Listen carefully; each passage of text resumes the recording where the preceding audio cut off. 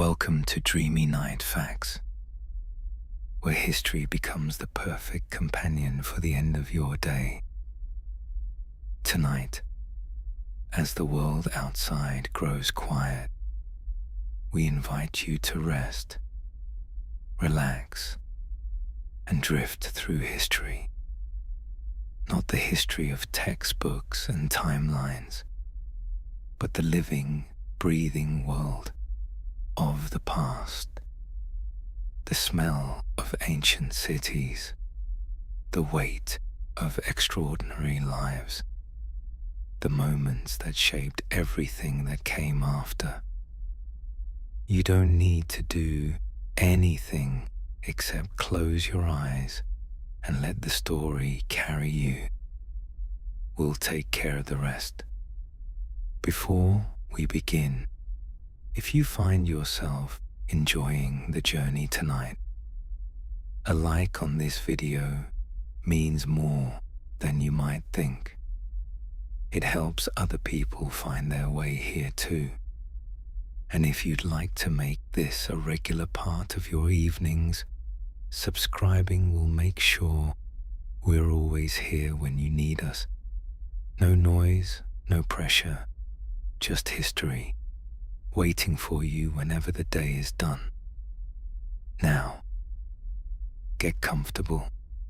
Tonight, we travel. There is a building that has made grown men weep at first sight. Not because it is large though it is, not because it is old though it is that too, but because of something harder to name. A quality in the white marble that seems to hold light rather than reflect it. A stillness in the proportions that the eye cannot find fault with no matter how long it looks. A presence in the oldest sense of that word, as though the building itself is aware of being watched. Most people who stand before the Taj Mahal for the first time report the same thing. That photographs did not prepare them, that they had expected to be impressed and instead found themselves undone. And most of those people believe they already know the story. They know it is a love story. They know an emperor built it for his wife. They have perhaps heard that it took 20 years that 20,000 men worked on its construction, that it is considered one of the most beautiful buildings on earth. They carry with them an image white marble, 4 minarets, a long reflecting pool, and they carry with them a feeling about that image, romance, devotion. The grandeur of love made permanent in stone. What they do not know is that this is not quite the story. Or rather, it is not only the story and what surrounds it, what precedes and follows it changes the meaning of the building entirely. The man who built the Taj Mahal spent the last 8 years of his life imprisoned, not in a dungeon. In a tower, the Musaman Burj, a graceful octagonal pavilion in the Agra fort, with marble screens and river views, and his daughter Jahanara, who chose captivity beside him rather than freedom without him. By any ordinary standard, it was not a cruel imprisonment. By the standard of a man who had ruled the wealthiest empire on earth, who had commanded armies and worn the peacock throne, and rebuilt the city of Delhi in his own image, it was an annihilation. His son had put him there.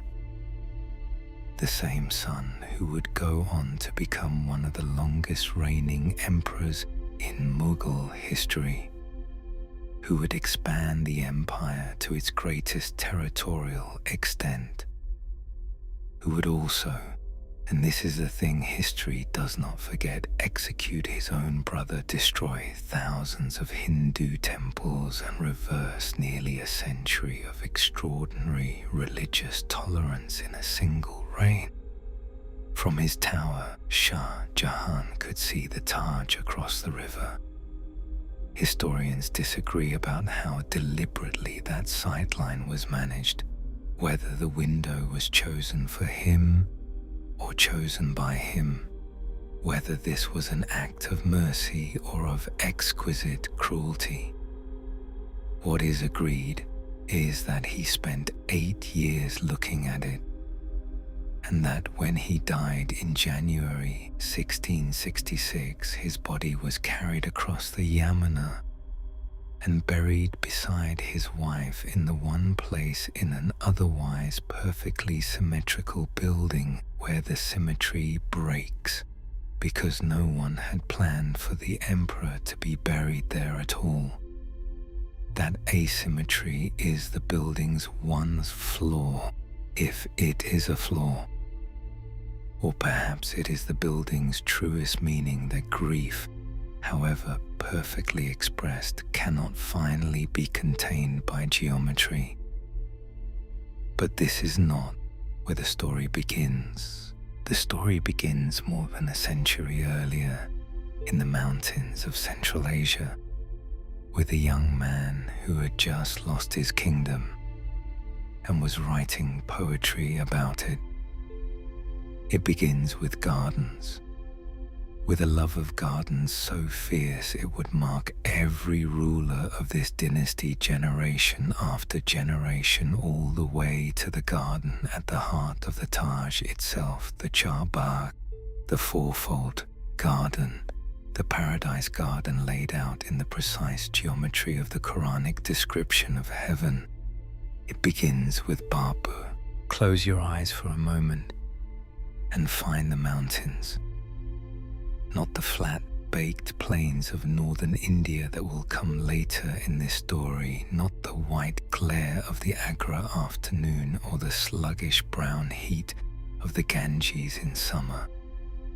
Find instead the mountains of Central Asia, the Fergana Valley tucked between the Tian Shan and the Alay Ranges like something cupped in a giant's palm.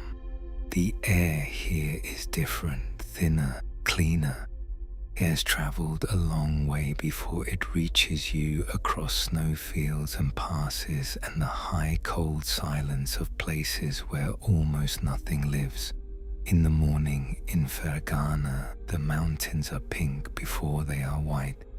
The light comes slowly, feeling its way down the slopes, and when it reaches the valley floor, it finds orchards, apple trees, pear trees, the famous grapes of Fergana that will haunt one man's writing for the rest of his life.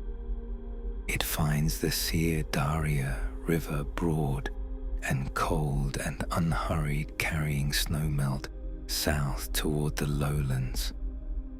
It finds, in the early years of the 16th century, a boy of 12 sitting on the throne he has just inherited and trying to look like he knows what he is doing.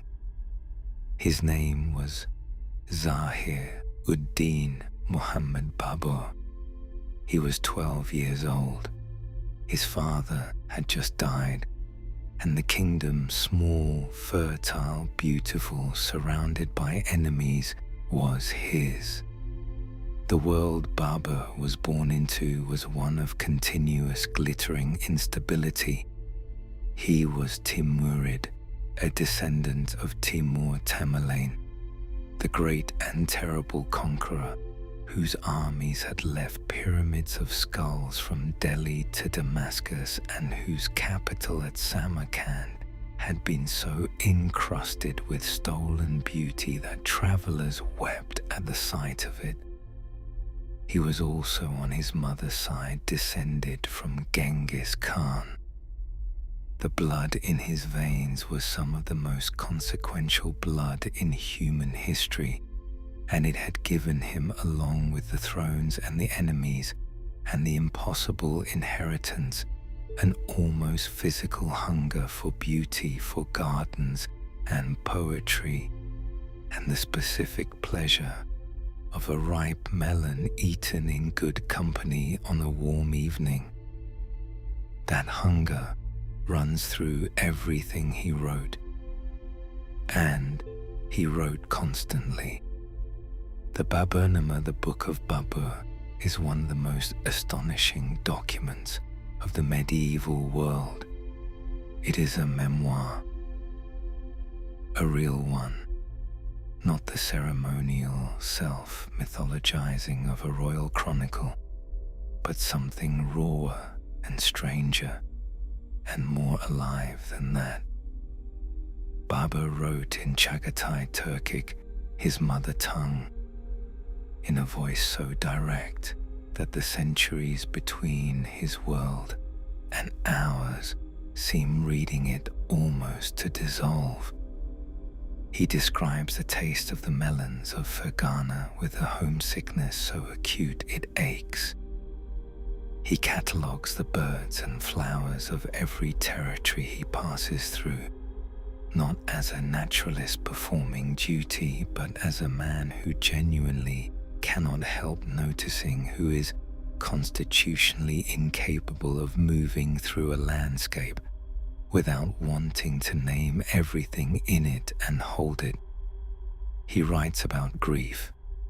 Not often and not easily. He was a soldier and a prince, and the emotional grammar of his world did not encourage open weeping.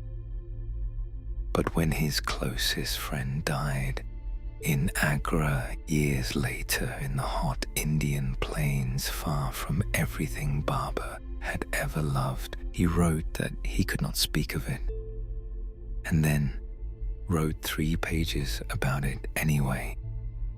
He could not help it.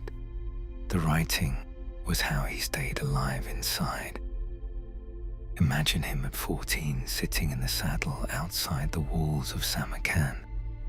The city shimmers in the afternoon heat, its tilework catching the light in blues and greens, so vivid they seem to vibrate. Its great Registan square laid out behind its gates with the geometric confidence of a civilization that believes beauty is an argument. Babur has just taken it. 100 days ago, he rode through those gates as conqueror and felt, he writes this, a joy so complete it frightened him slightly. He is about to lose it. The Uzbek Confederation under Shaybani Khan is moving. Fergana, his home, his base, his origin, has risen against him while he was distracted by Samarkand's blue tiles and its apricots. He must choose. He cannot hold both. He chooses Fergana, rides hard, arrives to find Samarkand already fallen behind him. He would try for Samarkand 2 more times in his life. He would hold it once more briefly for 100 days. In 1500, the specific texture of those days, recorded in the Baburnama with a love so palpable, it reads almost like loss written in advance, because he knew even then, perhaps, that it would not last. The 3rd attempt would fail before it began. He never held Samarkand again. The grief of that loss, the specific grief of a man who loved beauty above almost everything, and lost the most beautiful city he had ever seen, not once but 3 times, runs beneath his writing like a cold river beneath ice. You feel it more than you see it. It is present in every garden he later builds, every orchard he catalogues. Every morning he sits outside in the cool air before the heat rises and notes the quality of the light on the water. He is always a little looking for Samarkand. By 1504, driven out of Central Asia by Shaybani Khan's relentless pressure, Babur turned south. Kabul received him like a breath of mountain air, after the dust of defeat. He loved it immediately and completely, its altitude, its cool summers, its views of the Hindu Kush, in the early morning when the peaks were lit gold against a sky of extraordinary blue. He would call it home for 20 years. He would ask to be buried there. When he was dying in the Indian heat that he never fully reconciled himself to was Kabul. He thought of the specific weight of its air in autumn, the smell of its gardens after rain. But Kabul was a base, not a destiny. He had an army. He had ambition, or at least the restless energy of a man who had spent his adult life in motion and did not know how to stop. And to the south, beyond the passes of the Hindu Kush, lay Hindustan, vast, wealthy, and by 1525 politically fractured in ways that a careful observer might read as opportunity. He was a very careful observer. The first Battle of Panipat, fought on the 21st of April 1526, lasted approximately 4 hours. Ibrahim Lodi, Sultan of Delhi, had perhaps 100,000 men and a great train of war elephants, those massive grey, terrible presences, armoured and painted, that moved through medieval Indian battlefields like living siege engines, their trumpeting audible for miles, their mere approach enough to break an infantry line that had never faced them before. Babur had 12,000 men. He also had artillery Ottoman-trained field mobile, capable of firing in coordinated sequences from wheeled carriages. Ibrahim Lodi had never encountered anything like it. No one on the subcontinent had. The great guns fired and the sound rolled across the plain like thunder without clouds, and the elephants, those enormous, sensitive, terrified animals, turned, not toward the enemy, away from the noise, back through their own lines, through their own infantry, through everything in their path. Ibrahim Lodi died on the field, his army scattered into the dust and the heat haze. Babur rode toward Delhi through the afternoon light, through the smell of gunpowder and churned earth, master of Hindustan. He spent the next 4 years wishing he was somewhere else. The heat was the first thing, not warmth, heat, the specific annihilating heat of the northern Indian plains in summer, which has a quality of weight to it, a physical pressure, as though the air itself is trying to push you into the ground. Babur had survived cold, that cracked stone and wind, that flayed skin from faces and mountain passes that killed horses simply through altitude. The Indian summer defeated him in a way that none of those things had. He wrote about it in the Baburnama with the resigned precision of a man trying to understand something that resists understanding. The flatness of the land, the absence of good fruit, no grapes, no musk melons worth mentioning, nothing that tasted like home, the wrong birds. He kept cataloguing birds wherever he went, but these were unfamiliar birds with names he had to learn from the beginning, and there was something melancholy in that, in the constant process of beginning again, of rebuilding a vocabulary for a world that refused to be the world he already knew. His men were miserable. Several of his senior commanders came to him formally and asked to go home, and the formality of it, the care they took in presenting their misery as a reasoned argument, tells you something about how much they trusted him even as they failed him. Babur called a council. He made a speech. He told them that retreat was unworthy of men of their lineage, that God had opened a door that it would be shameful to close, that the heat was a manageable inconvenience if one adjusted one's expectations appropriately.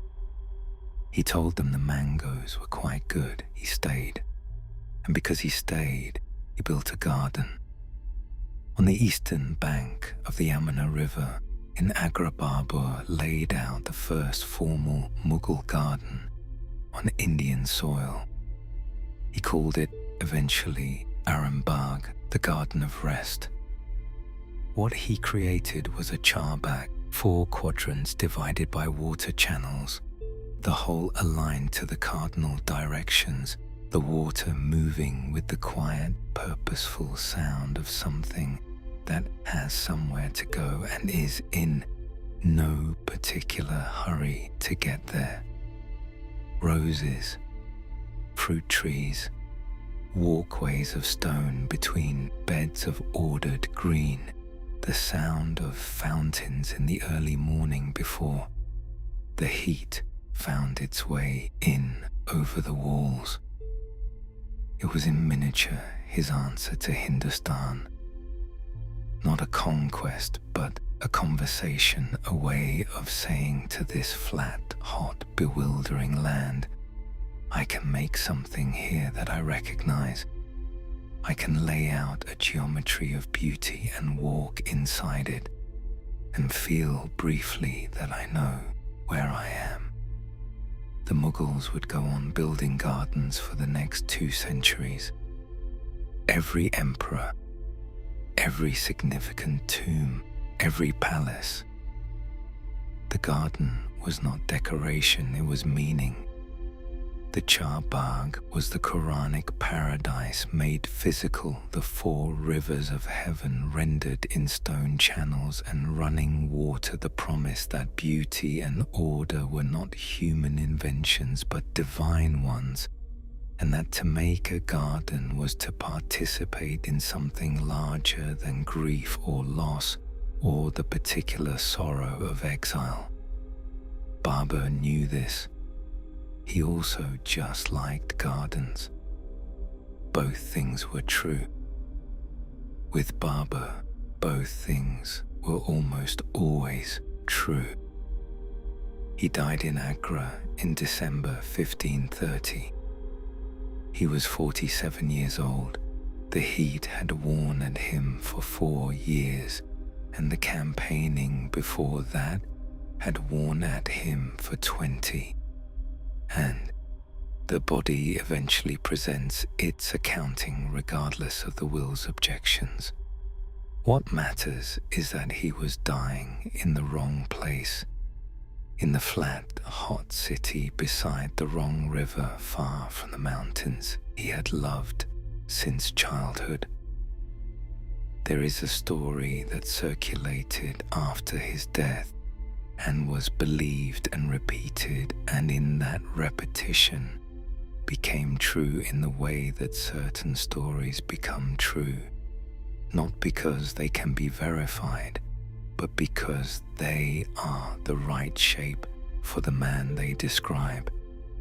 It was said that his son Humayun had fallen gravely ill, that Babur walked 3 times around his son's sickbed in the ancient ritual of taking another's suffering onto oneself, that he prayed to God to take his life in exchange for his son's, that Humayun recovered, that Babur died shortly afterward. It cannot be confirmed. It also cannot be dismissed entirely because it captures something essential about how this dynasty understood love as something that cost you, as something that asked to be measured not in words, but in sacrifice, as something that moved between fathers and sons and mothers and children and husbands and wives, in ways that were not metaphorical but entirely devastatingly literal. Shah Jahan's grief for Mumtaz would be understood by his court and by history as the same kind of love, the kind that cannot coexist with ordinary life, that demands expression on a scale proportional to its weight. He was Babur's great-great-grandson. He had the same blood, the same hunger for beauty, the same inability to leave grief unexpressed. He had not yet been born, but the grammar was already being written. Babur had asked to be buried in Kabul, in the garden on the hillside above the city where he had been happiest. It took 9 years for his wish to be fulfilled. His body rested in Agra, while the empire found its footing under his son.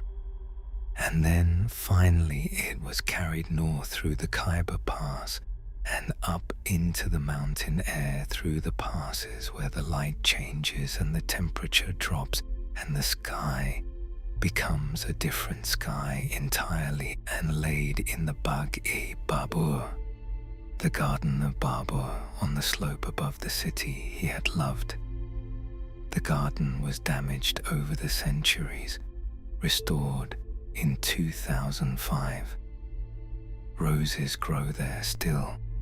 On clear mornings the mountains are visible from the hillside. The light comes slowly the way it always did, feeling its way down from the peaks. The air is thin and clean and cold and smells of nothing that has been breathed before. He would have found it perfectly adequate. Section 3. Humayun, the Lost Emperor. There is a particular quality to the light in Delhi in January. It arrives softly as though uncertain of its welcome, filtering through the winter haze that sits over the city in those months, turning everything faintly golden, faintly uncertain. The edges of buildings and trees blurred as though the world has not yet fully committed to being solid. The Yamuna in January is low and quiet grey-green, in the mornings catching the light in long flat strips that move slowly southward without urgency. It was in this light, on the 27th of January 1556, that an emperor climbed a steep stone staircase in his library tower and heard the call to prayer from below. He stopped on the stairs, lowered himself to one knee in the act of devotion the call required. His foot caught in the hem of his robe, that long, heavy, embroidered robe. The weight of it, something he had worn every day of his adult life, without once considering it a danger. He fell. The stone steps caught him 3 times on the way down. He died 2 days later. His name was Humayun. He was the second Mughal emperor, son of Babur, father of Akbar, and his life was one of the most remarkable in a dynasty that did not lack for remarkable lives. Not because he was the greatest of the Mughals, because he was not, but because of what his life described, the shape of it, the particular arc of a man who lost everything, spent 11 years learning from the loss, and came back changed in ways that would echo through his dynasty for 200 years. He had been emperor again for 6 months when the stairs took him. He was 22 when his father died and left him 4 kingdoms and 4 brothers. Feel the weight of that inheritance for a moment, not the glory of it, the weight. 4 kingdoms, which sounds like abundance, and was actually a map of future conflict, because the Timurid tradition that Babur had inherited from his Central Asian forebears understood a dynasty's territories as family property to be divided rather than a unified empire to be held by one man. Babur had known this was a problem. He had distributed the kingdoms anyway, because the alternative, disinheriting his brother's sons, concentrating all power in Humayun alone, would have required a ruthlessness that Babur possessed on the battlefield, but not, it seems, at the family table. So Humayun had Agra and Delhi and the imperial throne. His brother Kamran had Kabul and Kandahar. His brothers Askari and Hindal had territories of their own, and the 4 of them would spend the next decade in a slow, corrosive dance of loyalty and betrayal and self-interest that would cost Humayun everything his father had built. Outside the family, the threat was more immediate and more capable. Shah Suri had been watching from Bihar. Picture him, Shah, because he deserves to be pictured. An Afghan chieftain of middle age, not royal born, who had spent his life studying power the way other men study scripture, with total attention, with the conviction that mastery was available to anyone willing to pay its full price. He built roads, actual roads. The Grand Trunk Road that still runs across the subcontinent, connecting Chittagong to Kabul, is largely his. He built a postal system. He built an administrative structure so rational and so efficient that Akbar, when he came to power, looked at what Shah had built and decided to keep most of it. He was not a man of art or poetry or the garden. He was a man of logistics and strategy, and the particular genius of someone who understands that empires are not won in battles, but in the 10,000 decisions that happen before and after battles, the supply lines, the local alliances, the careful management of a conquered population's resentment. By 1539, he was ready. The Battle of Chausa happened in June in the monsoon heat beside the Ganges. Humayun's army was larger. It was also at the critical moment crossing a river that most vulnerable of military positions, men and horses and equipment strung out across the water in the grey pre-dawn, when Shah attacked. The sound of it must have been extraordinary, the sudden percussion of it coming out of the darkness, the screaming of horses in the water, the confusion of men who had been half asleep moments before and were now fighting for their lives in a river current in the dark. Thousands of Mughal soldiers drowned. Thousands more were cut down on the banks. Humayun escaped on a raft of inflated animal skins, kept afloat by a water carrier named Nizam, who happened to be present and who had the presence of mind and the physical strength to hold the emperor above the water until they reached the far bank. History does not record what Nizam thought about this. It records only that he did it, that in the chaos of a lost battle, in the dark and the noise and the smell of the river and the blood, an ordinary man performed an extraordinary act, and an emperor survived because of it. At Kanauj, the following year, Shah finished the work Chausa had begun. Humayun's army broke. The emperor fled west through the summer heat with the remnants of his forces dissolving around him. His brothers already negotiating their own positions with the new power, the road home. If home still meant anything, closing behind him, like water over a stone. He was 29 years old. He had nowhere to go. What exile feels like from the inside is something the historical record usually smooths over in favor of events, the movements, the dates, the alliances made and broken. But Humayun's 11 years of wandering left enough traces in the sources to feel reading them like something real. He went to Sind in the far west.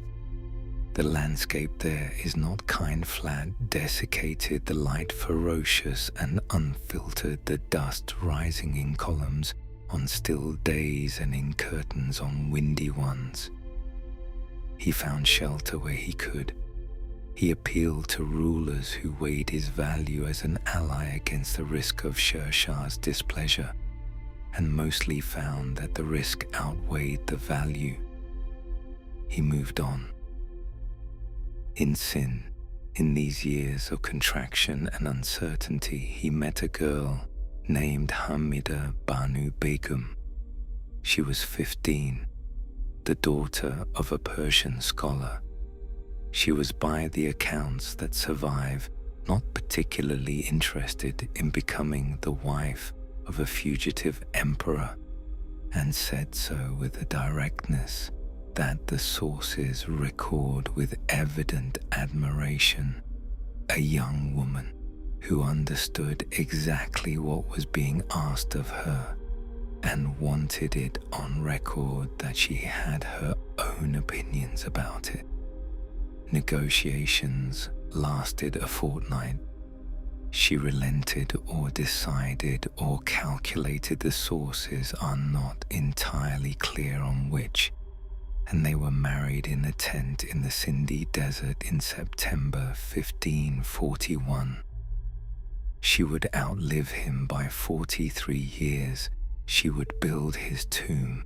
She would never, as far as anyone can tell, stop being exactly as direct as she had been in that first fortnight. Their son was born in October 1542 in the desert fortress of Umarkot.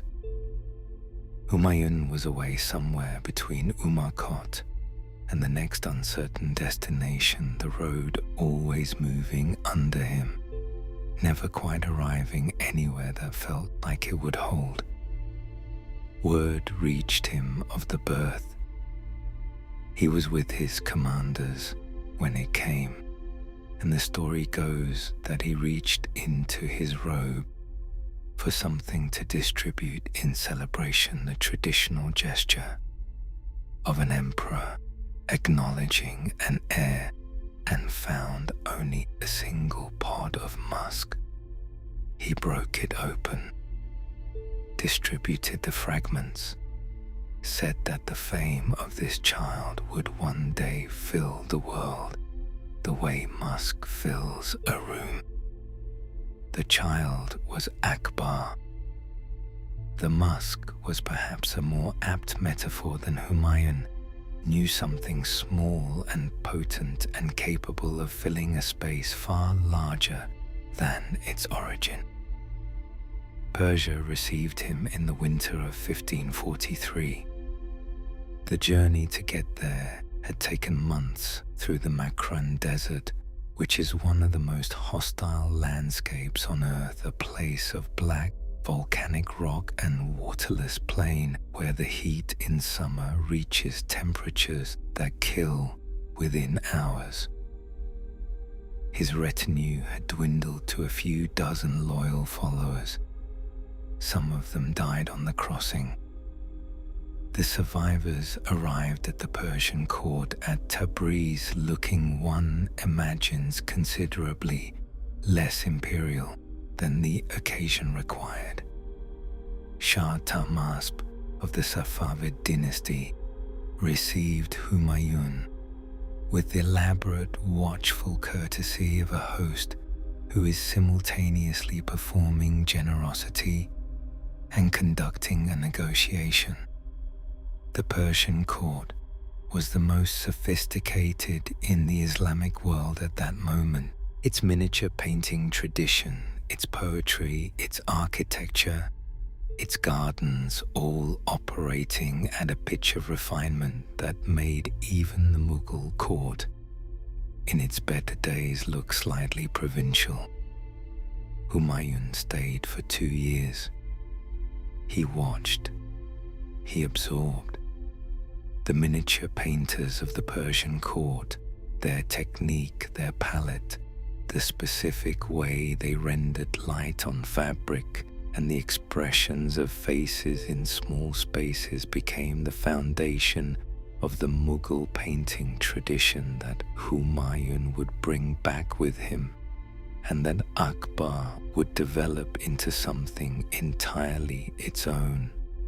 The architectural grammar of the Persian garden, the proportions of the Persian dome, the use of tile work and inlay, all of it entered the Mughal visual vocabulary through Humayun's years of exile and watching. The price was significant. Shah Tahmasp required 2 things: a nominal acknowledgement of Persian suzerainty and a conversion or performance of conversion to 12 Shia Islam, the faith of the Safavid house. Humayun agreed to both.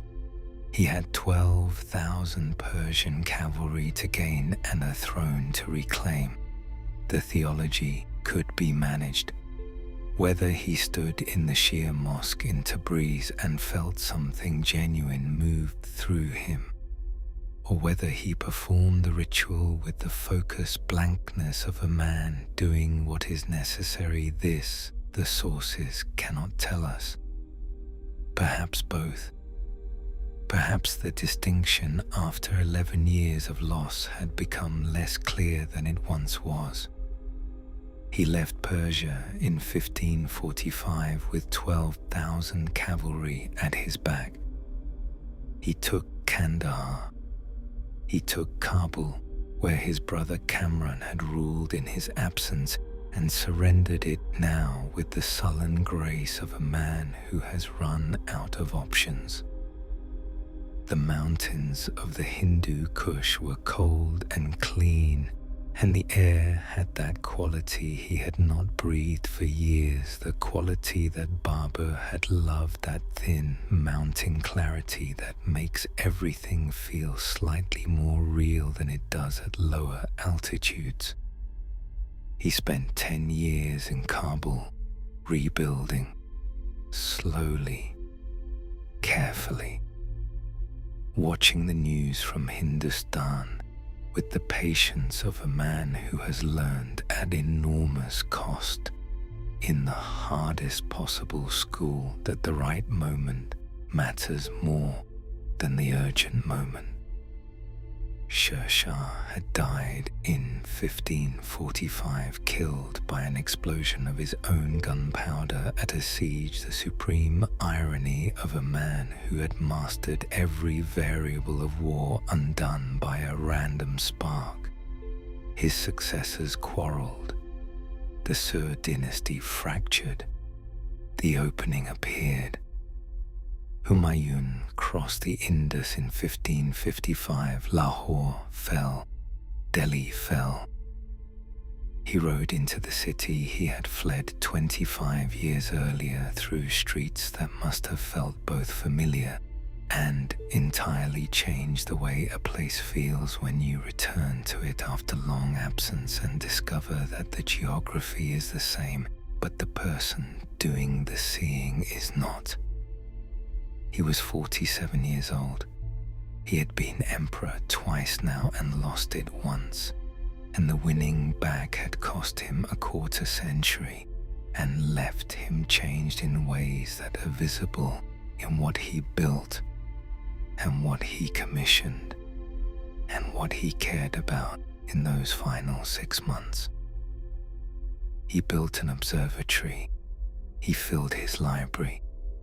He spent evenings on the roof of the Shermandal, watching the stars with his instruments, reading the sky, the way his father had read landscapes with total attention, with the conviction that everything visible was saying something if you were patient enough and quiet enough to hear it. He had 6 months. January 27th, 1556. The library tower, the call to prayer, the hem of a robe on a steep stone stair. The fall happened in a moment, that sudden, terrible rearrangement of the world that takes less than a second and cannot be undone. He struck the stone steps 3 times. He was carried to his chambers. He died on the 26th of January, 2 days later in the thin winter light of a Delhi morning. His son was 13 years old and was with the army in the Punjab. His regent, Bairam Khan, suppressed the news for 17 days, secured the succession, managed the threats, brought the boy to the throne in the careful, controlled manner of a man who understood that grief was a luxury that power could not always afford. And then when everything was arranged, he let it be known. Akbar became emperor. Hamida Banu Begum, the reluctant bride from Sindh, who had argued against the marriage in a desert tent and then spent 30 years as the emperor's most steadfast companion, built her husband's tomb in Delhi. She chose well.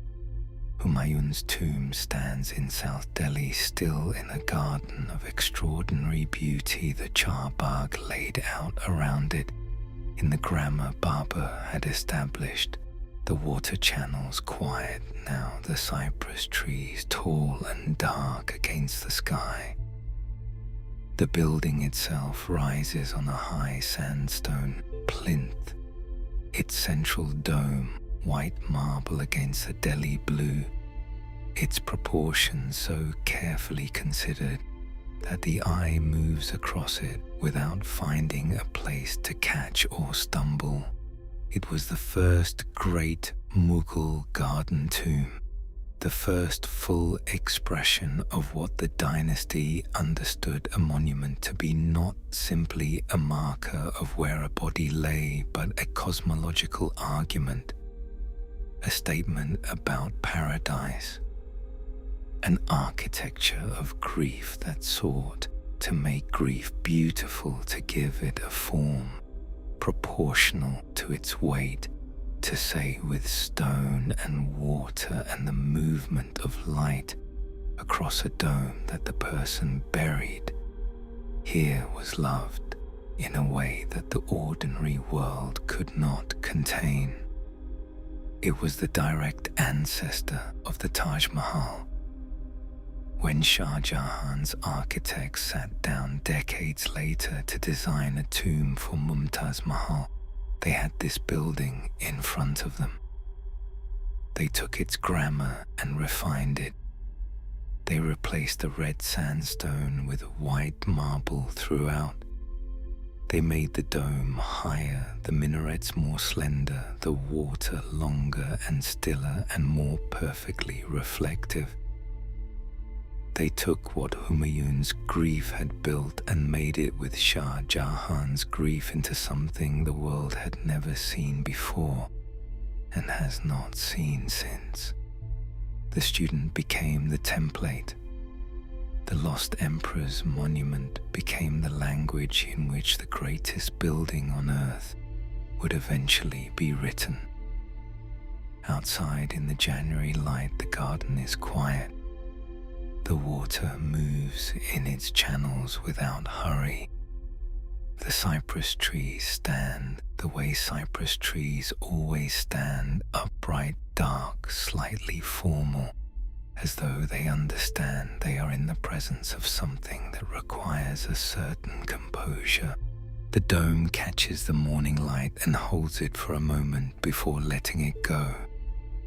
Somewhere to the north in the Punjab, a 13-year-old boy who does not yet know his father is dead is sitting in a tent and thinking about whatever 13-year-old boys think about when the world is not yet asking anything enormous of them. His name is Akbar. The world will ask enormous things of him. He will, for the most part, be equal to them. There is a city in Rajasthan that was built in 3 years and abandoned in 14.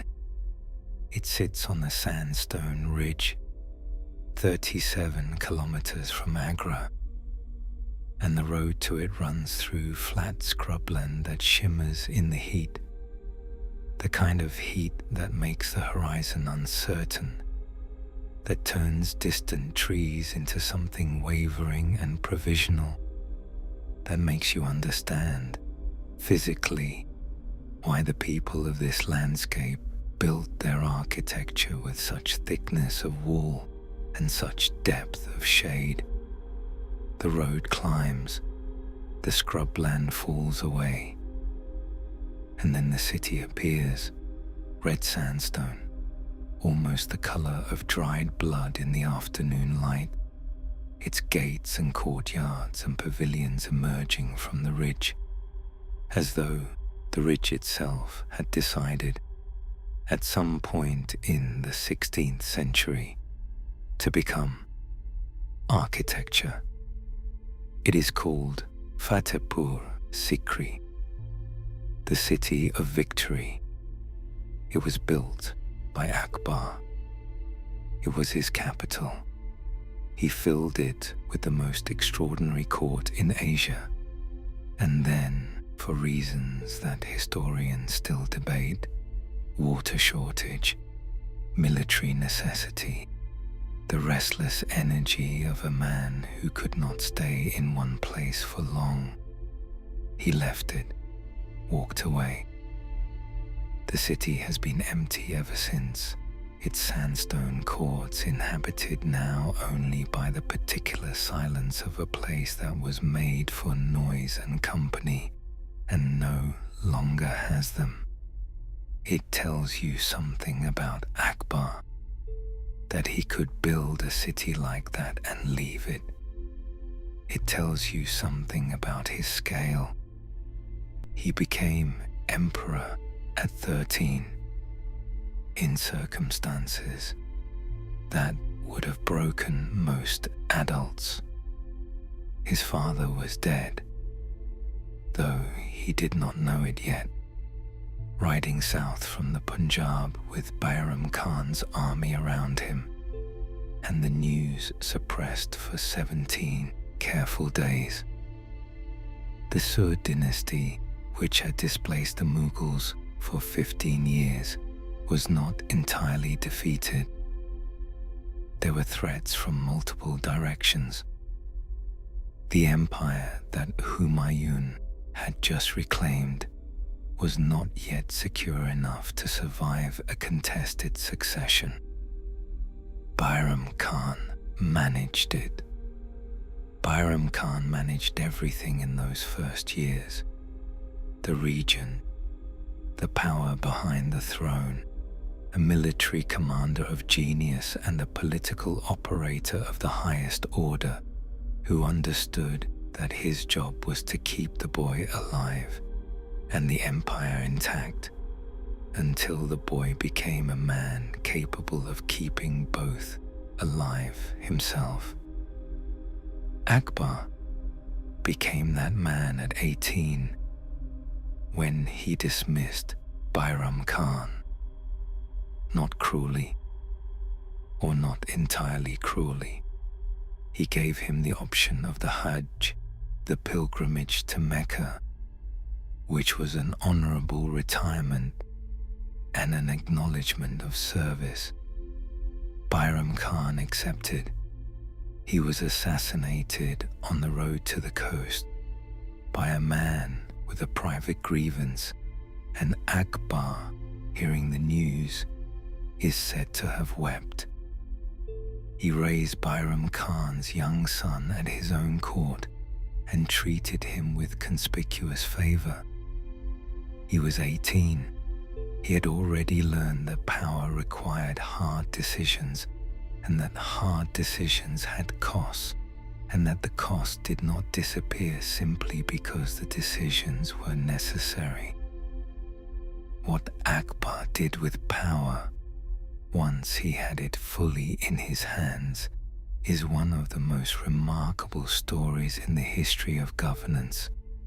He was illiterate, not as a failure of education, but as something that appears to have been a genuine condition, possibly dyslexia, possibly something else. The sources are not specific enough to say. He could not read. He could not write. In a court where Persian poetry was the primary currency of sophistication, and literacy was the basic assumption of any man of culture, this was an extraordinary deficit. He compensated for it in an extraordinary way. He had everything read to him. Everything. Histories, philosophical texts, poetry, religious scripture, administrative reports, theological arguments. He employed readers. He listened with the total trained attention of a man who cannot make notes and therefore must hold everything in memory.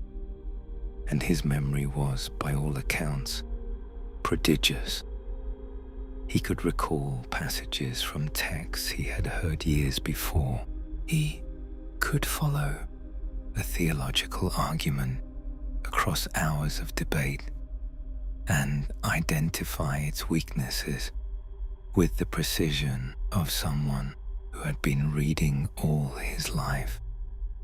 He built the largest library in Asia, filled with books he could not read and had read to him constantly. The theological debates are where Akbar becomes truly singular. In 1575, he built the Ibadat Khana, the house of worship, at Fatehpur Sikri. It was designed initially for discussions among Muslim scholars. Akbar attended. He listened. He asked questions. The questions, it became clear to the scholars, were not the questions of a devout Muslim seeking reassurance. They were the questions of a genuinely curious mind that was not convinced that any single tradition had all the answers and wanted to know what the other traditions were saying. He invited the other traditions to speak.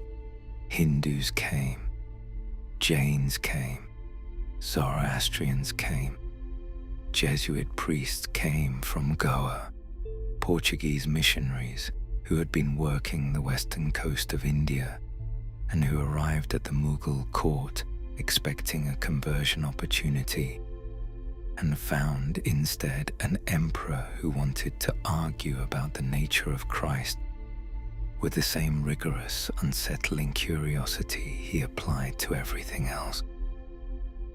The Jesuits wrote letters home about it. Their letters are some of the most vivid documents of Akbar's court. Accounts of a man who stayed up until 2 a.m. debating theology, who seemed genuinely thrilled by the arguments regardless of where they led, who asked whether the Pope was truly infallible and listened to the answer with every sign of finding it interesting rather than offensive. He was not converting. He was thinking.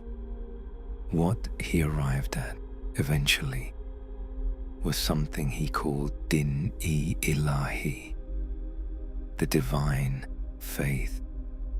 It was not a religion exactly, or it was a religion in the way that a conversation is a religion, something that exists only in the exchange, only in the space between people who are genuinely trying to understand something together.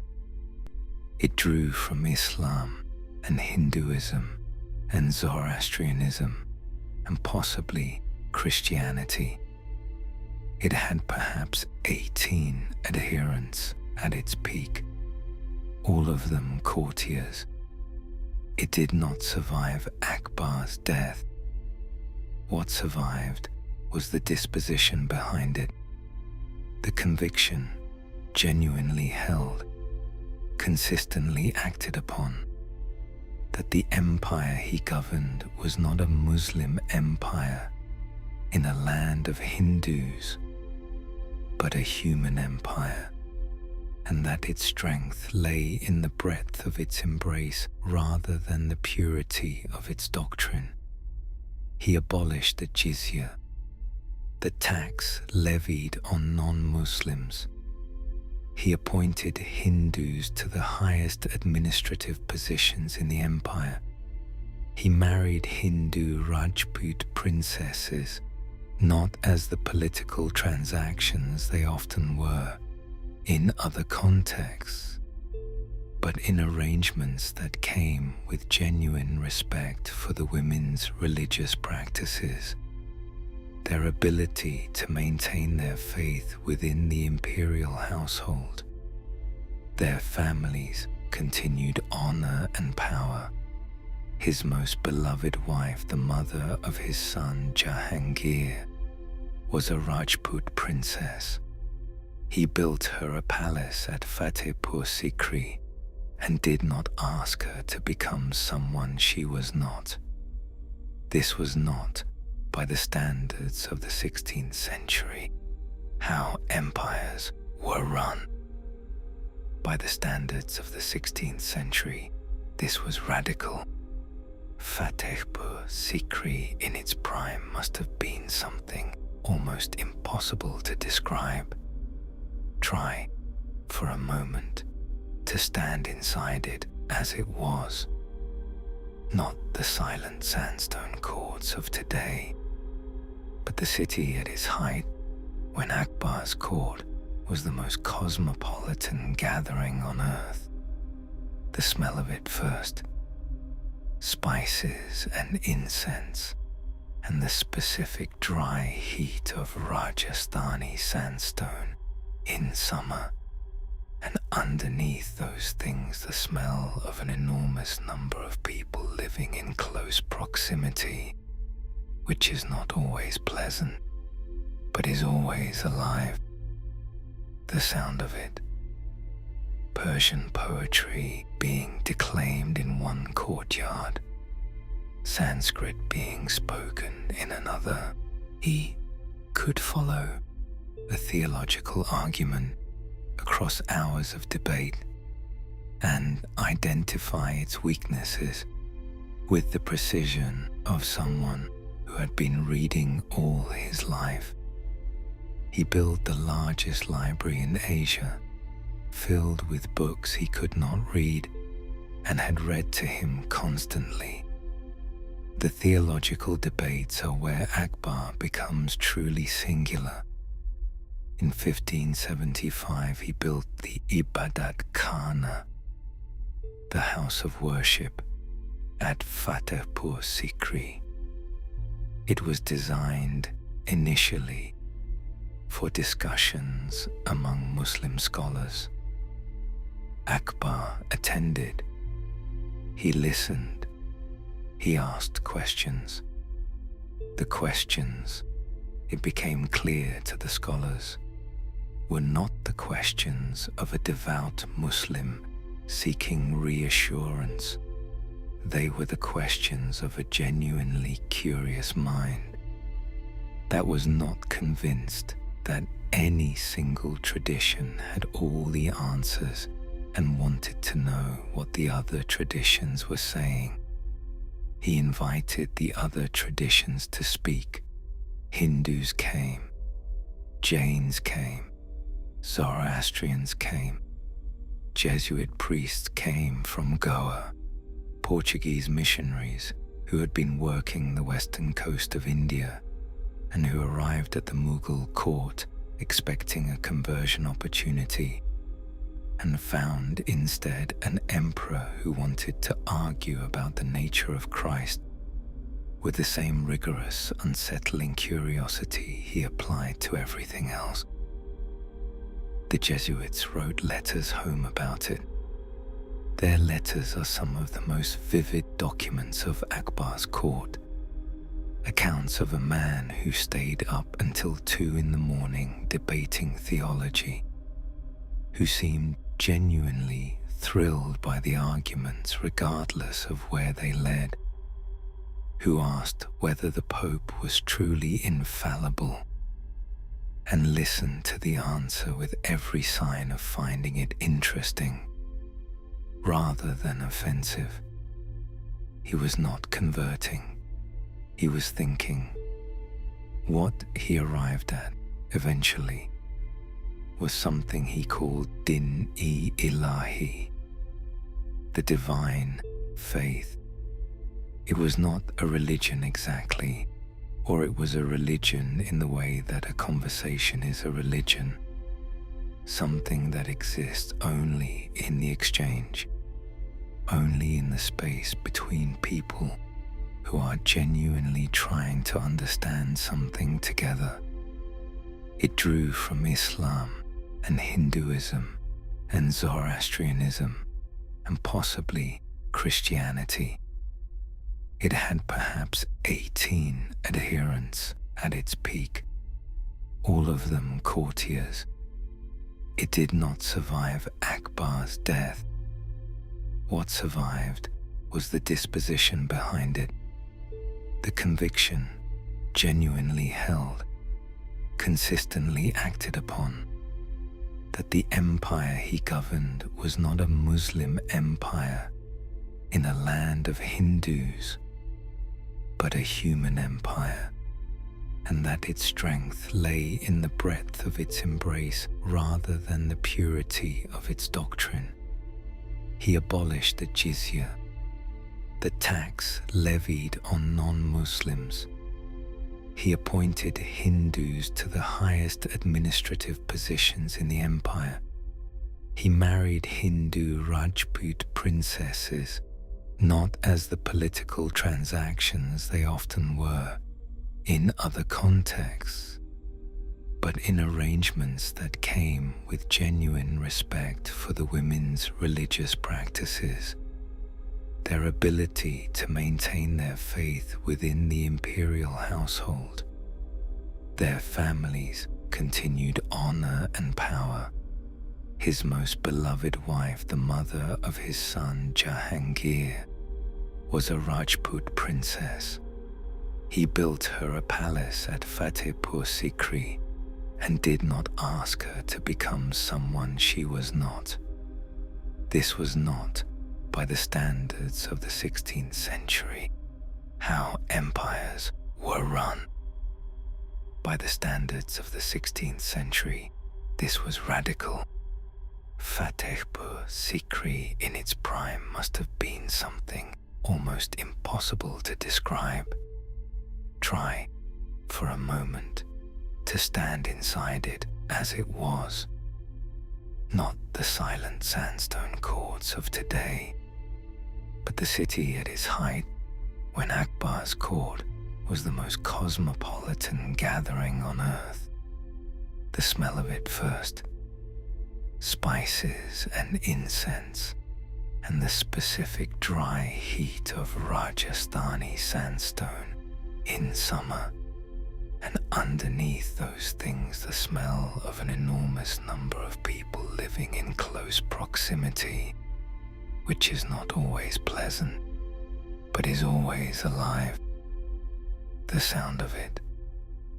Persian poetry being declaimed in one courtyard, Sanskrit being spoken in another, the calls to prayer from the mosque, the Jama Masjid, whose Buland Darwaza gate is so large that standing beneath it makes a human being feel like a very small animal indeed. The sound of Tansen singing. Tansen, the greatest classical musician in Indian history, who was one of the 9 jewels of Akbar's court, whose voice was said to be capable of starting fires and calling rain. The sound of debate from the Ibadat Khana in the evenings, voices rising and falling in the particular music of people who are genuinely disagreeing about something that matters to them. And at the center of all of it, on his throne in the Diwani cars, the hall of private audience, Akbar, cross-legged, listening. His face, in the miniature paintings that survive, has a quality of absolute attention. The face of a man who is always, whatever else is happening, thinking. The eyes steady, the expression neither warm nor cold, but present, completely present, in the way of someone who has never had the option of letting his attention wander, and has long since stopped wanting to. He was not a comfortable man to be around, probably. He was too much, too interested in everything, too unwilling to pretend that easy answers were sufficient.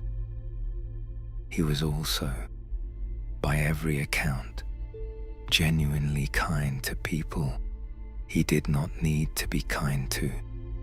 Servants, petitioners, the people who swept his courts and carried his water, and had no power to reward his attention. Kindness to the powerful is politics. Kindness to the powerless is character. He reigned for 49 years. In those 49 years, he expanded the empire to cover most of the subcontinent north of the Deccan. He built Fatehpur Sikri and left it. He built the administrative system that would run the empire for the next century. He founded the Mughal painting tradition, bringing Persian masters to his court, pairing them with Indian artists, and watching something entirely new emerge from the collision of those two traditions, something that was neither Persian nor Indian, but specifically, distinctively Mughal. He fought wars. He won most of them. He lost his temper on at least one famous occasion, the siege of Chittorgarh in 1568, where, after the Rajput garrison refused to surrender, he ordered a massacre. That is one of the darker marks on his record, and that sits uneasily alongside everything else he was. He was capable of extraordinary tolerance, and he was capable of extraordinary violence, and he was a man of the 16th century, which is to say he did not find those two things as contradictory as we might. He died in 1605 at 63 of dysentery, the unglamorous end that carries off so many of history's great figures, as though the world requires that the exit be proportional to the mortality rather than the life. He was buried at Sikandra, near Agra, in a tomb he had largely designed himself, a low, spreading structure, quite unlike anything else in Mughal architecture, with a garden around it, and a quality of deliberate understatement that seems, somehow, entirely in character for a man who had spent his life refusing to be only one thing.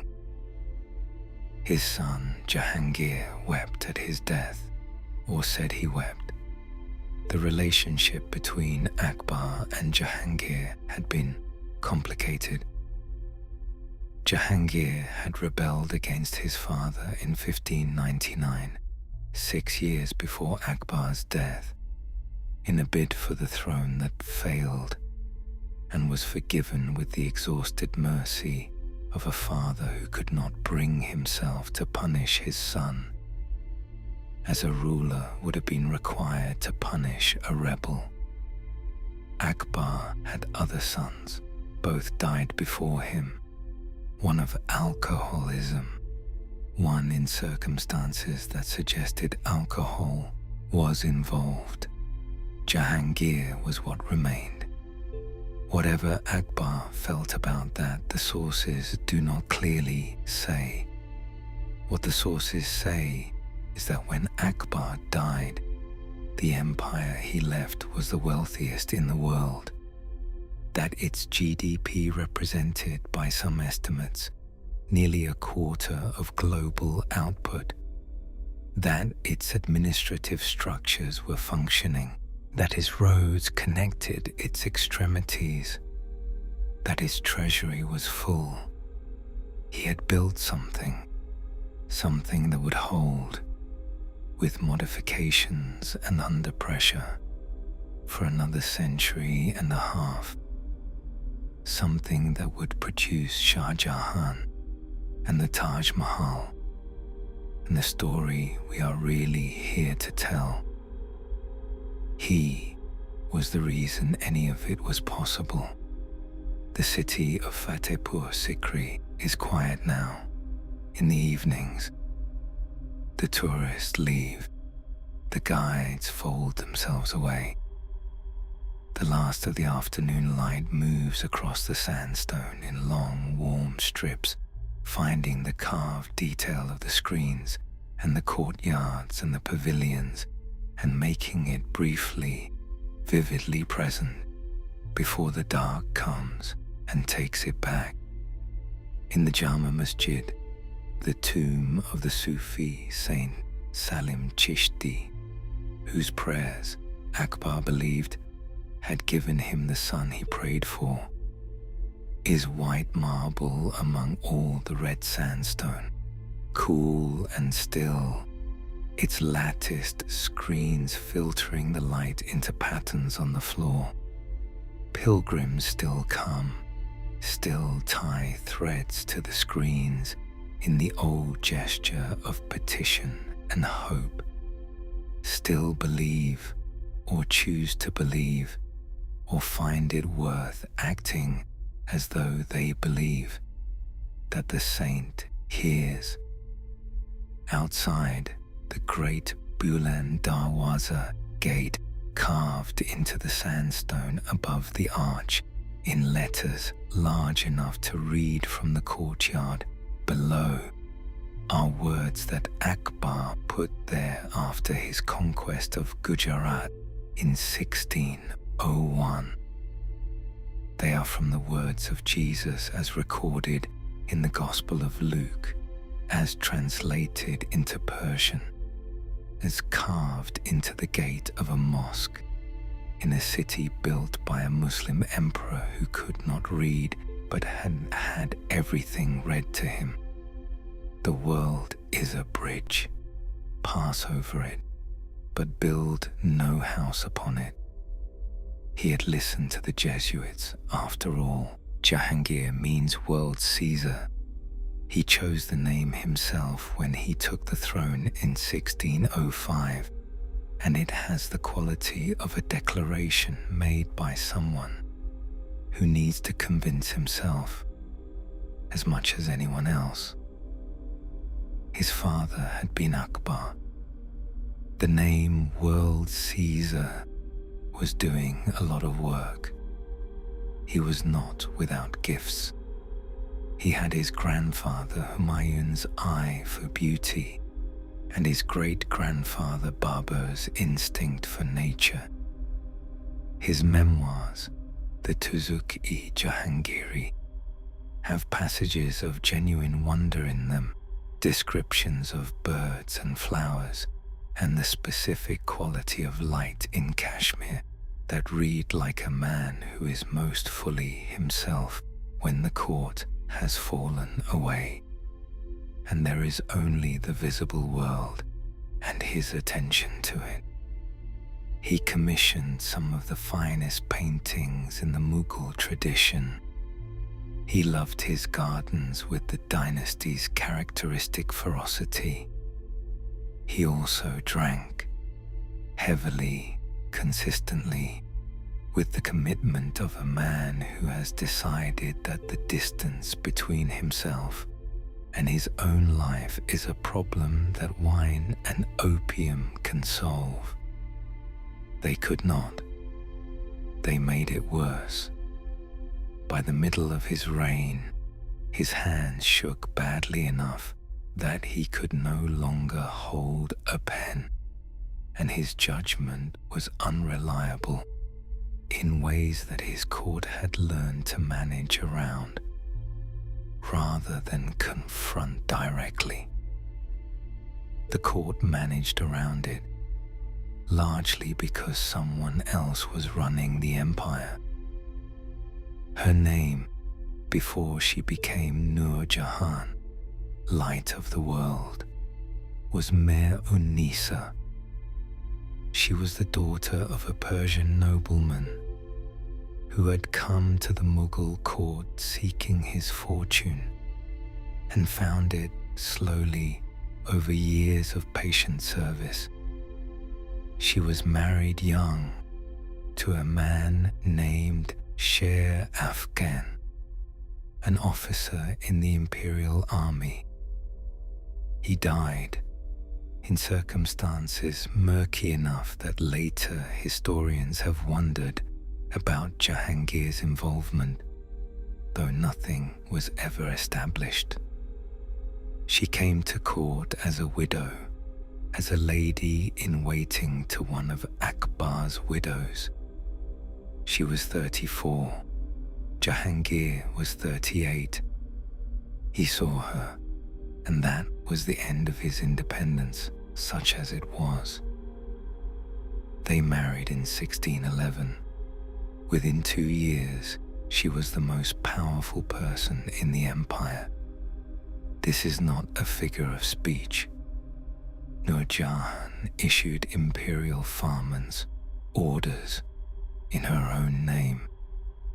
Her name appeared on imperial coins alongside Jahangir's, which was unprecedented, a statement in metal that anyone who handled money in the empire handled daily. She conducted diplomatic negotiations. She commanded troops. When Jahangir was captured by a rebel nobleman in 1626, it was Nur Jahan who organized the military response that secured his release. She designed buildings. She designed gardens. She invented a perfume, attar of roses, the process of distilling rose oil into fragrance. That became one of the luxury exports of the empire. The story goes that she noticed an oily residue floating on the surface of rose water in her bath and recognized it as something entirely new, something that concentrated the scent of roses into a form that could be carried on the skin. Whether the story is precisely true, matters less than the fact that it captures her quality. A woman who paid attention, who noticed things others missed, who understood that beauty was not accidental but made. She was also Shah Jahan's enemy. She had a niece, Arjuman Banu Begum, the daughter of her brother Asaf Khan, and she had a preferred candidate for the succession, not Shah Jahan, who was Jahangir's son by a Rajput wife, but a more malleable prince who could be managed more easily after Jahangir was gone. Shah Jahan, then Prince Khurram, understood this. The struggle between them shaped the middle years of Jahangir's reign, as Nur Jahan maneuvered for her candidate, and Prince Khurram maneuvered for his survival, and Jahangir drank and watched the birds and painted, and tried, perhaps, not to see too clearly what was happening around him. In 1622, Prince Khurram rebelled. He lost.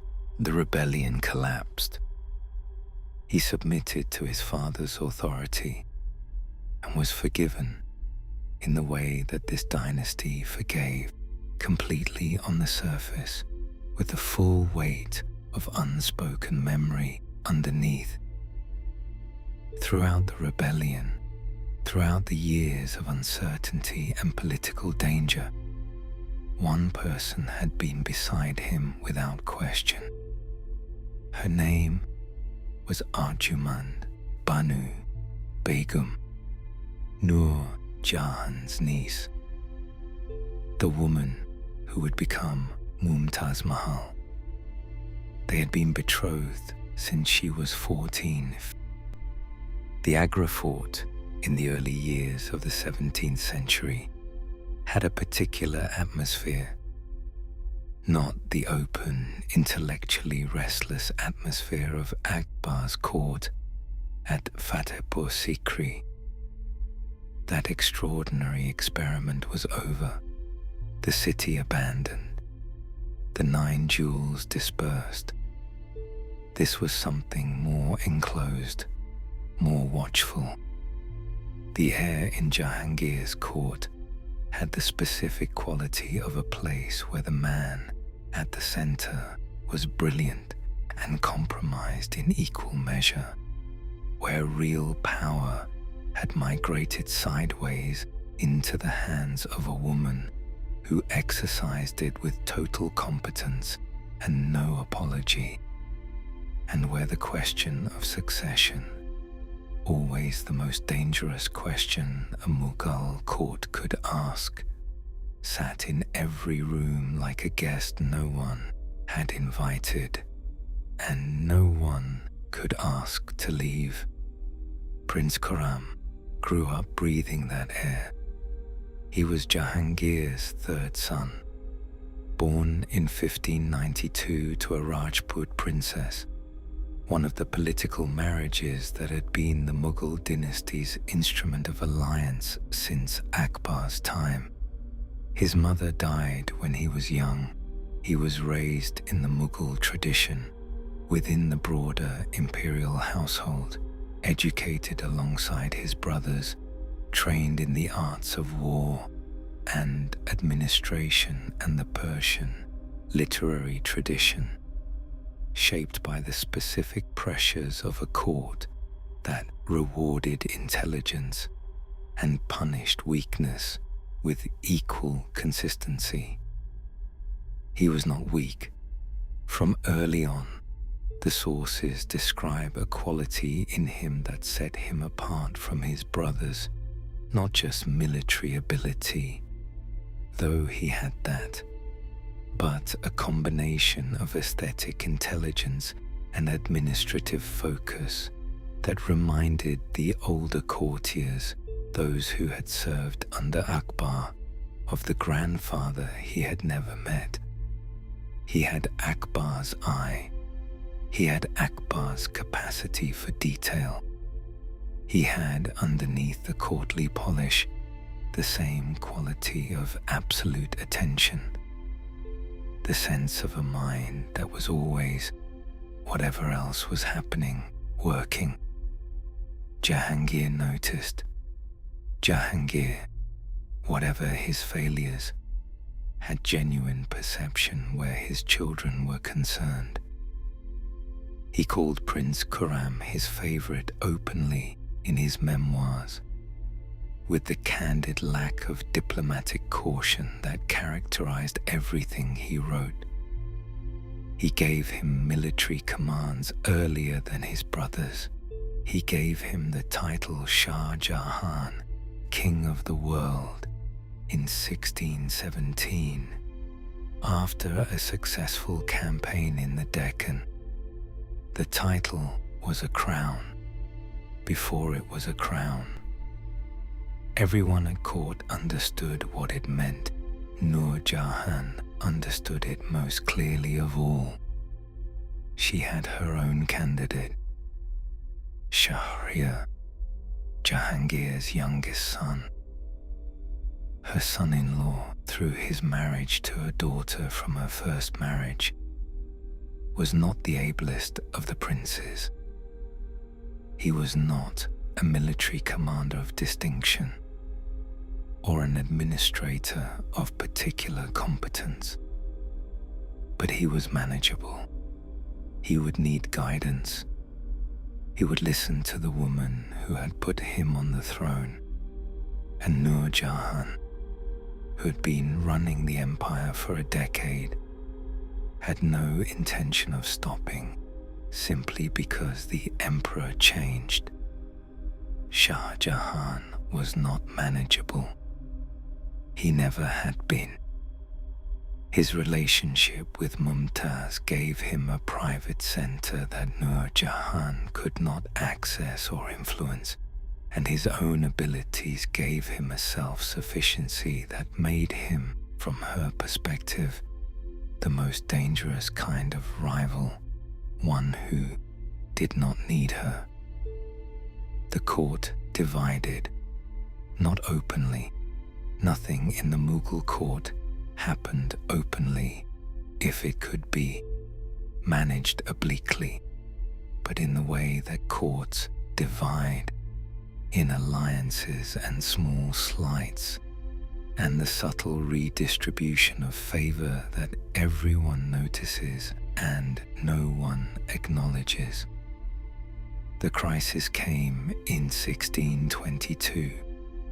Jahangir ordered Shah Jahan to lead a campaign against the Safavid Persians who had retaken Kandahar, that strategically vital city in the passes between Persia and India that had changed hands between the two empires 3 times already and would change hands again.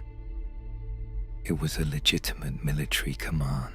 It was also, Shah Jahan was certain, a trap, an opportunity to send him far from court and from the succession, into a difficult campaign where failure would discredit him and success would be managed by Nur Jahan to benefit someone else. He refused. The refusal was rebellion. There was no other word for it. A prince refusing a direct imperial command was a prince declaring himself outside the emperor's authority. And outside the emperor's authority meant in the Mughal world, in open opposition to it. Shah Jahan knew this. He refused anyway. He had Mumtaz's counsel. She had urged patience before and would urge it again. But she was also a woman who understood the difference between patience and submission, who had been watching Nur Jahan's maneuvers as clearly as her husband had, who understood that the trap of the Kandahar campaign was real who did not advise him to walk into it. He raised his standard in rebellion and moved south. The years that followed were the hardest of his life, before the years of imprisonment. He had support, commanders who believed in him, territories that sheltered him, the weight of his reputation as the ablest of Jahangir's sons working in his favor. He also had Nur Jahan's opposition, which was formidable, and an emperor whose affection for him was genuine, but who could not openly protect a son in open revolt without destroying the authority that made his affection worth anything. He moved through the Deccan and Rajputana and Bengal, winning some engagements and losing others, always a few steps ahead of the forces sent against him, always calculating the gap between his current position and the position he needed to reach. It was, in miniature, Humayun's exile, a prince learning in difficulty what a comfortable succession would never have taught him, learning the loyalty of men under pressure, learning which alliances held and which dissolved at the first inconvenience, learning, above all, the specific patience of someone who understands that survival now is the prerequisite for everything else later. Mumtaz was with him through all of it. This cannot be stated too plainly. The campaigns of these years were not comfortable. Moving armies, uncertain supply lines, the constant recalculation of political possibility in a landscape that could shift from ally to enemy with a single letter from the imperial court. She was pregnant for much of this period. She gave birth to 2 children during the rebellion years in conditions that bore no resemblance to the comforts of the imperial zenana. She did not go home. The rebellion collapsed in 1626, not through military defeat exactly, more through the slow exhaustion of possibility, the gradual closing of options until the only remaining path was submission. Jahangir's health was failing. The succession was becoming more urgent, not less. And Nur Jahan, for all her skill, could not manufacture a capable emperor from unpromising material. Shahryar remained what he was, and the court knew it, and the court's knowledge of it was a pressure that even she could not entirely manage. Shah Jahan submitted. He sent his 2 eldest sons to court as guarantee of his good behavior, hostages in the old language, though no one used that word. He made the formal gestures of obeisance.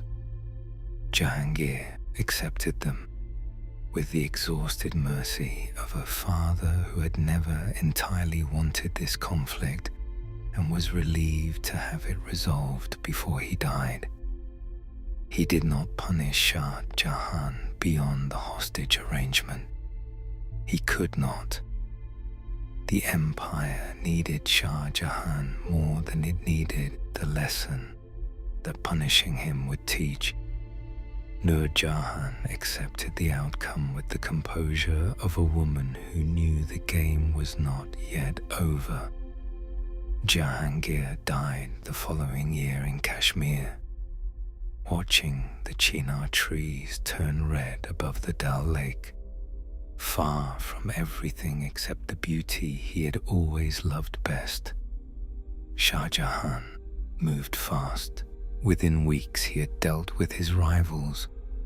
Shahryar executed, the other claimants removed with the efficient ruthlessness of a man who had spent 4 years learning exactly how dangerous hesitation was. He was proclaimed emperor in Agra in February 1628. He was 35 years old. He had been in preparation for this moment, willingly and unwillingly, since he was a boy breathing the watchful air of Jahangir's court. He had fought for it, and fled for it, and submitted for it, and waited for it. He had Mumtaz beside him at the proclamation. The empire was theirs. They had, though neither of them knew it, 3 years. Agra, in the early morning, has a particular smell. River water and jasmine, and the smoke of the first fires, and underneath those things, the dry mineral scent of red sandstone warming in the sun.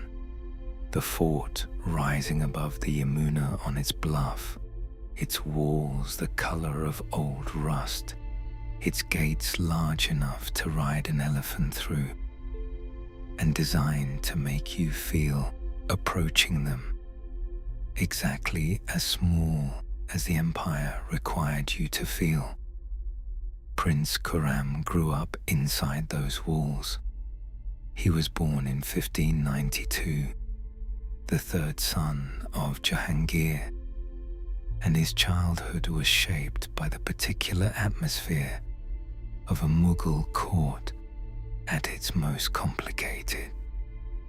His father drinking, his grandmother's faction maneuvering, the air thick with the specific tension of a succession that everyone could see coming and no one could openly discuss. He was educated in the full Mughal tradition, Persian poetry, mathematics, history, music, the management of horses and elephants and men. He had Babur's eye for beauty and Akbar's instinct for administration, and underneath both of those things, a quality that was entirely his own, a capacity for feeling so intense it would eventually reshape the physical world around him. He met Arjumand Banu Begum in a market. The story is almost too neat. A prince walking through the Meena Bazaar, the court market held within the fort's walls, and a girl selling silk and glass beads from a stall, and their eyes meeting across the distance of a few feet, and something permanent beginning. It was 1607. He was 15. She was 14. Whether the romance was as instantaneous as the court poets later described it, or whether it developed more slowly through the careful channels of aristocratic negotiation, the feeling behind it was real enough to outlast everything the world threw at it. He was betrothed to her that year. He did not marry her for 5 years. Court politics, astrological timing, the elaborate choreography of Mughal royal marriage, and in those 5 years he married 2 other women, as political alliances required. He did not love them. The sources are quite clear on this. He was courteous. He was not present, not really. Not in the way he was present with Arjumand. They married in 1612. She was 20. He was 19. Jahangir gave her the name Mumtaz Mahal, the exalted one of the palace.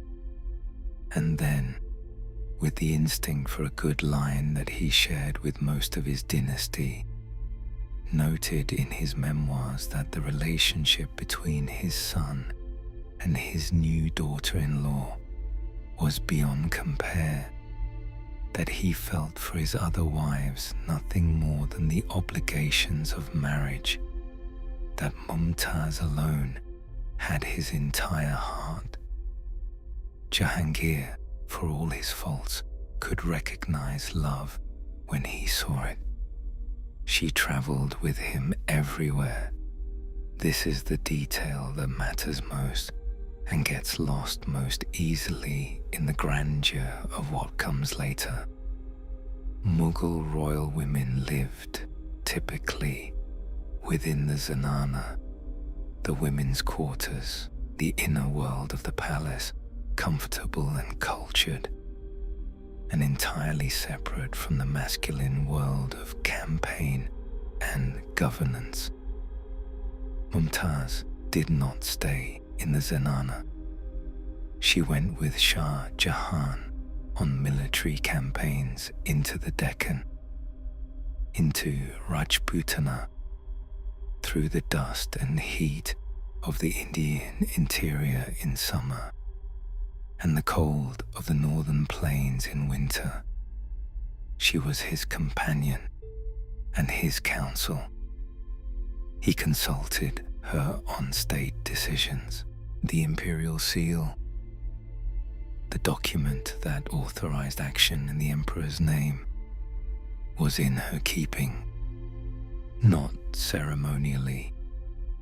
Actually, ministers who needed imperial authorization came to Mumtaz. She also bore 14 children in 19 years of marriage. 7 survived.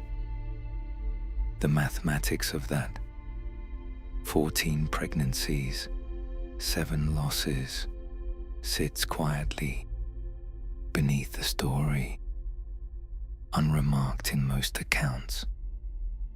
A reminder of what women's lives contain beneath the poetry and the architecture, and the court painter's careful rendering of the zanana in jeweled colors.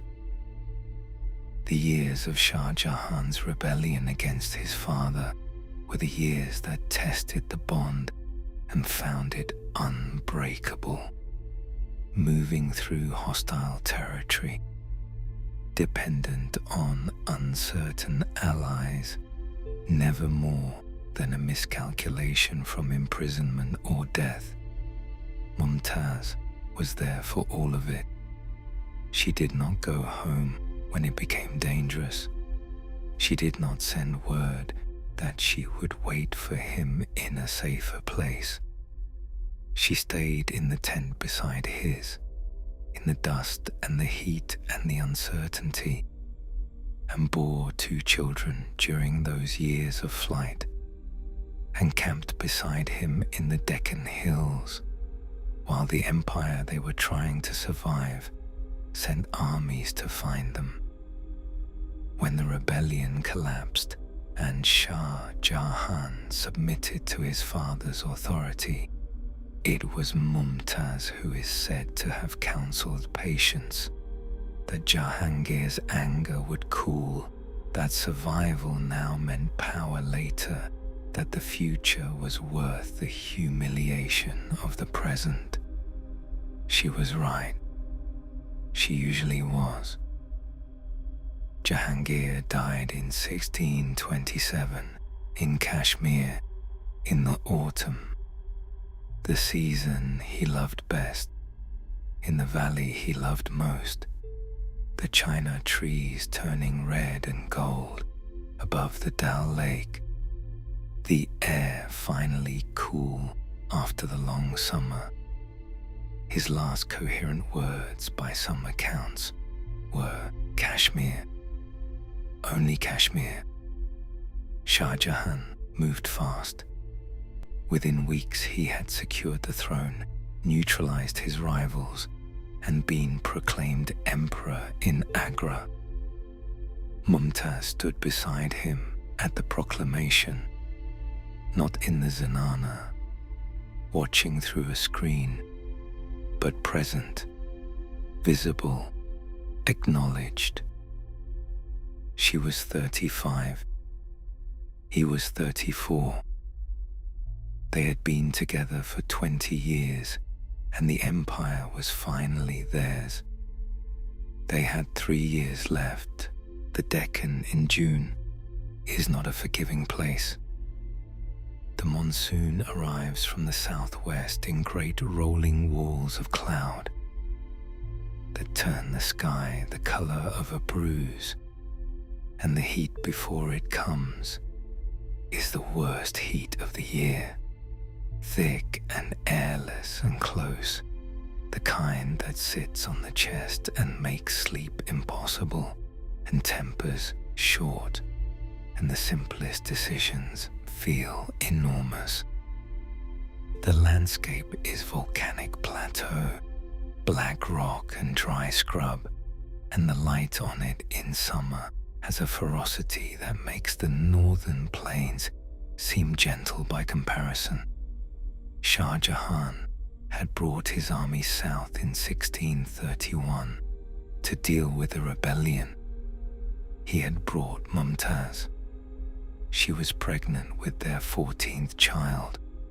She had been pregnant or nursing or both for most of their marriage.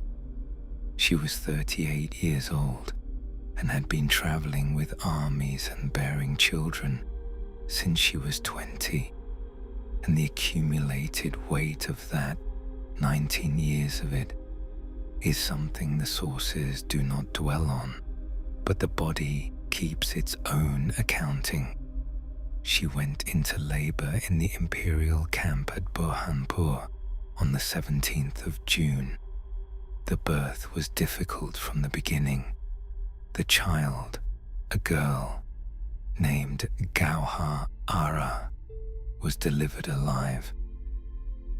Mumtaz was not recovering. The accounts that survive describe Shah Jahan being called to her bedside and remaining there, and a labor that had gone on too long and taken too much, and a woman who understood before the physician said it plainly that she was not going to leave that tent. She had requests that he not remarry, or if he did, that he treat any subsequent children with the same love he had shown theirs, that he care for their children, that he build her a tomb worthy of their love. Whether these words were spoken exactly as recorded or shaped afterward by the needs of the story, they have the ring of someone who knew they were dying and was using the time that remained to put things in order, the practical alongside the profound, the children alongside the monument, because she was a woman who had managed an empire's paperwork and understood that love and logistics were not opposites. She died in the early hours of the 17th of June, 1631. The camp was silent, in a way that camps are not usually silent. Shah Jahan's grief was immediate and total and frightening to witness. By the accounts of those present, he did not eat, he did not sleep, he did not hold court or receive ministers or attend to the business of the empire that had been consuming his attention the day before, and that continued indifferently to require attention now. He wept in a way that alarmed his physicians. Not the controlled grief of a man performing loss for his court, but something rawer and less managed than that, something that his attendants did not know how to be present for. His hair, the sources say, went white within weeks. Whether literally true or the poetic truth of a man transformed by loss, something changed in him in that tent in Burhanpur that never changed back. The emperor who emerged from those weeks of grief was the same man, and not the same man, still capable of administration, still formidable in court, still the ruler of the wealthiest empire on earth, but with something underneath it now, some permanent weight that had not been there before. Mumtaz's body was buried temporarily at Burhanpur, in a garden beside the Tapti River. 6 months later, she was moved, carried north in a procession through the Deccan and up through Rajputana to Agra, through villages that lined the road to watch the cortege pass, through the winter landscape of central India, the fields dry and pale in the cold season, the sky enormous and white above the flat land. She was brought to Agra in December 1631 and buried temporarily on the south bank of the Yamuna, on a site that Shah Jahan had already chosen. He had chosen it, the sources suggest, almost immediately. The grief had not paralyzed him. It had focused him, the way extreme cold focuses the mind on the single question of warmth.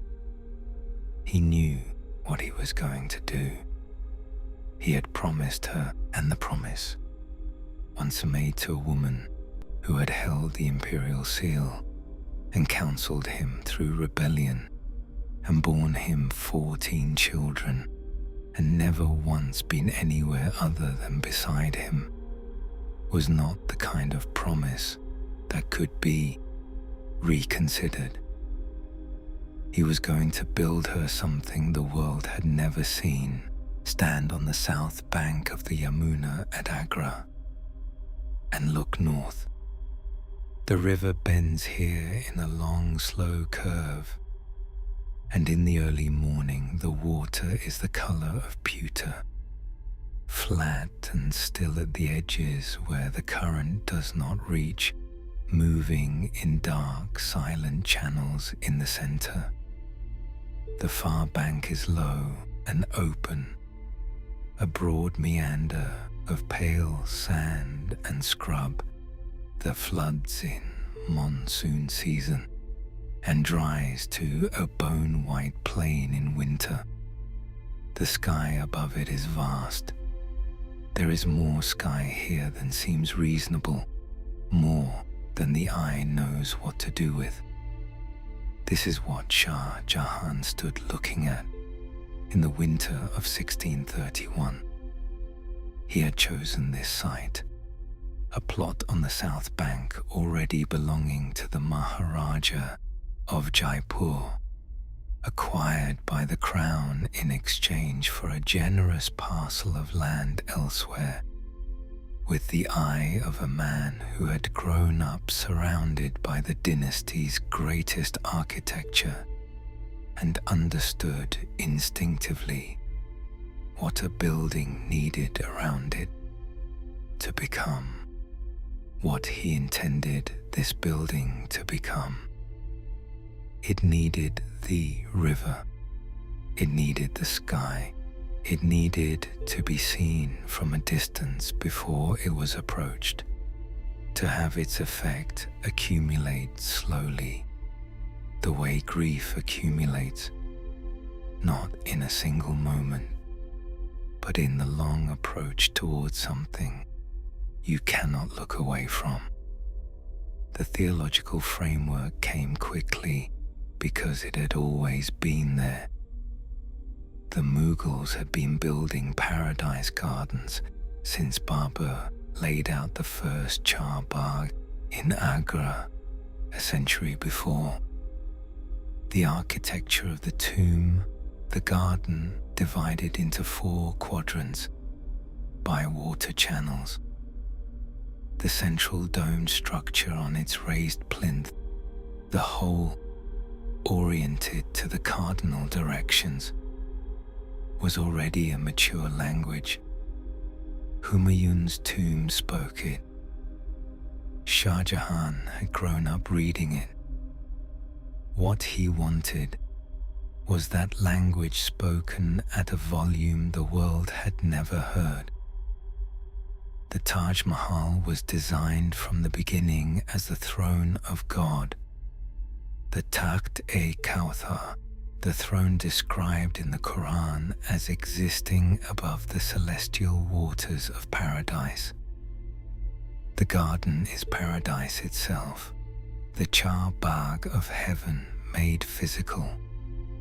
The tomb at its center is the divine throne, and Mumtaz Mahal rests beneath it, in the position of the blessed on the day of judgment. This was not decoration or retrospective interpretation. It was the brief. The architects and calligraphers and theologians worked from it as a precise specification.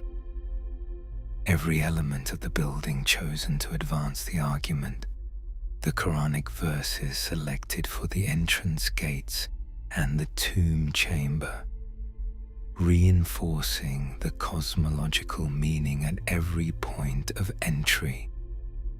Shah Jahan was not simply building a tomb, he was making a theological statement about where his wife was and what she deserved and what the universe owed her. Grief, given sufficient power and sufficient genius, becomes architecture. He assembled the team with the same focused intensity he brought to military campaigns. Ustad Ahmad Lahori is the name history has settled on as the primary architect, a Persian-trained designer of extraordinary ability, whose previous work included the Red Fort in Delhi, built at Shah Jahan's commission just years before. Whether he was the sole creative intelligence behind the Taj, or the coordinator of a larger design team, is a question scholars still debate. The sources are frustratingly vague on the precise division of creative responsibility, perhaps because the court understood the building as Shah Jahan's own expression and attributed it accordingly. What is clear is that the best minds available were brought to bear on it. Calligraphers from Shiraz and Baghdad, inlay specialists from Kannauj and Delhi, stone carvers from Rajputana, dome builders from Samarkand and Bukhara, carrying with them the accumulated knowledge of the Central Asian tradition that Babur had brought south in his bloodline and his memory. The building would synthesize everything the dynasty had absorbed across a century of movement and exile and conquest and watching. Persian proportion, Indian craft, Ottoman engineering, the Mughal garden tradition that went all the way back to that first Char Bagh on the Yamuna bank, laid out by a homesick king who missed his mountains and built a garden to make himself feel less lost. The foundations were begun in 1632. Let the story rest for a moment. Set down the emperors and the architects and the 20,000 workers and the 1,000 elephants and the lapis lazuli carried all the way from the mountains of Afghanistan. Set down the grief and the theology and the 22 years of marble slowly finding its final form. Just be here. It is 4 a.m. in Agra. The city is not yet awake, or not fully, not in the way it will be in 2 hours, when the heat begins and the streets fill, and the noise of 1 million people going about their lives rises into the air like something physical. Right now there is only the pre-dawn quiet, which in India has a particular quality, not the silence of an empty place, but the held breath of a full one, a city turning in its sleep, the darkness soft and warm, and smelling of jasmine and river water, and the dying smoke of last night's fires. The Yamuna at this hour is almost invisible. You hear it before you see it. A low, continuous sound, somewhere between silence and movement. The sound of a great deal of water going somewhere, with complete indifference to whether you are watching or not. Then the eyes adjust, and there it is, dark and broad and slow, its surface barely catching the last of the stars, moving south toward the invisible sea. And then, slowly, so slowly, that you are not sure at first whether it is happening or whether you are imagining it, the sky begins to change.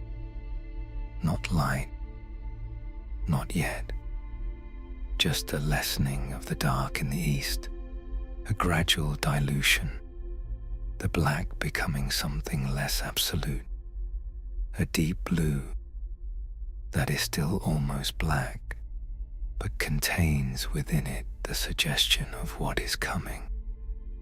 The stars nearest the horizon fade first, then the others, one by one, as though the sky is remembering something and the stars are no longer needed. The Taj appears before the light finds it, a white mass in the darkness, enormous and still, its dome a darker shape against the darkening sky. No detail yet, just presence. The simple, overwhelming fact of something that large, being that quiet. It does not announce itself.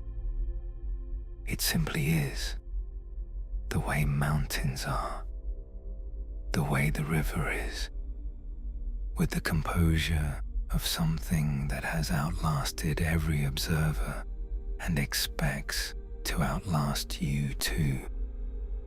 The light comes, first on the dome, the very top of it, where the finial catches the first direct ray before anything else, a point of gold appearing in the darkness, like a lamp being lit by an invisible hand.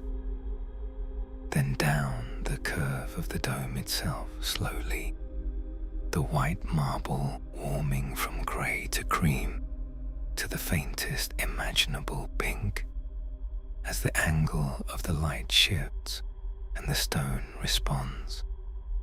The minarets come next, their shadow sides still dark, their lit faces catching the rose of the early sky, the four of them framing the central dome with a symmetry so exact It seems less like architecture than like music. 4 notes around a central chord, held perfectly in place. Then the garden. The long reflecting pool catches the sky before it catches the building. A strip of pale rose light lying on the water, shivering slightly when the first breath of morning air moves across it. The cypress trees emerge from the darkness in vertical strokes of deep green, their reflections in the pool pointing downward into an identical sky. And then the full light comes, and the Taj is white. Not one white, 100 whites. The marble changes through the morning the way a face changes, registering the light differently as it moves, offering different aspects of itself as the angle shifts. In the first hour after sunrise, it is warm, almost golden. By mid-morning, it is the pure, cool white of something that has decided to be exactly itself and nothing else. At noon, in the full Indian sun, it is so bright it hurts to look at directly. A white that seems to push back against the eye, that refuses to be simply seen. Come back in the afternoon, and it is different again. A bluish quality enters the white as the light comes from a higher angle, and the shadows deepen in the carved niches, and the pietra dura panels catch the slanting light, and the inlaid flowers seem to move slightly to breathe in the shifting illumination. At dusk, it turns pink. Briefly, completely, the whole vast structure flushing the color of a rose for perhaps 20 minutes, the reflection in the pool doubling it, and then the pink fading to grey, to blue, to the white mass in darkness that it was when the morning began. And at full moon, come in December, come when the moon is full and the sky is clear, and the air has that cold, sharp quality it gets in North India in winter. The marble does the thing it does at no other time. It glows, a soft, sourceless luminescence that seems to come from inside the stone, rather than from any reflected light, as though the marble has been accumulating moonlight for 350 years and is finally, at this moment, giving some of it back. Sit by the reflecting pool in the early morning before the crowds arrive. The water is still. The dome and its reflection form a perfect oval. The real building above, its mirror below, meeting at the water's surface in a line so clean, it looks drawn. The symmetry is so complete, it produces a mild vertigo, a sense of the world having achieved, briefly, a perfection it does not normally permit itself. A bird calls from somewhere in the garden, a single note, repeated twice, then silence. The water moves, the reflection breaks into ripples, the perfection dissolves and reforms and dissolves again, the way all perfect things do, not destroyed, just reminded that they exist in time, that the river is still moving beneath all this stillness, that the world continues. Mumtaz Mahal is beneath this garden, in the cool dark of the vault, in the white marble sarcophagus that bears her name and the 99 names of God. She has been here for nearly 400 years. The building her husband made for her has been seen by more human eyes than almost any structure on earth. People have wept at first sight of it on every day of every year since the scaffolding came down. They have come from every country and every century and every conceivable state of mind and heart, and the building has received them all with the same composure, the same still, white, unhurried presence, asking nothing, offering everything, standing in its garden above its river, in the specific quality of light that changes by the hour and never changes at all. The morning is fully here now. The gardeners are arriving, moving through the charbagh with their tools, tending the flower beds that have been tended every morning since Shah Jahan's gardeners first planted them. The fountains are running, the water rising in thin arcs and falling back with a sound like distant rain.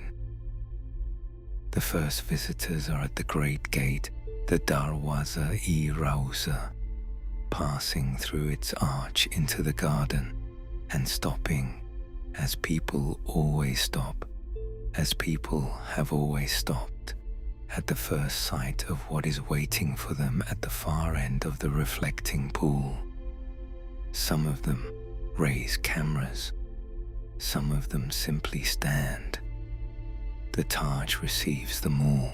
There is a kind of beauty that is also a provocation. Not the beauty of the Taj, that still contemplative, grief-made beauty that asks nothing of the viewer except attention. A different kind entirely, louder, more deliberate.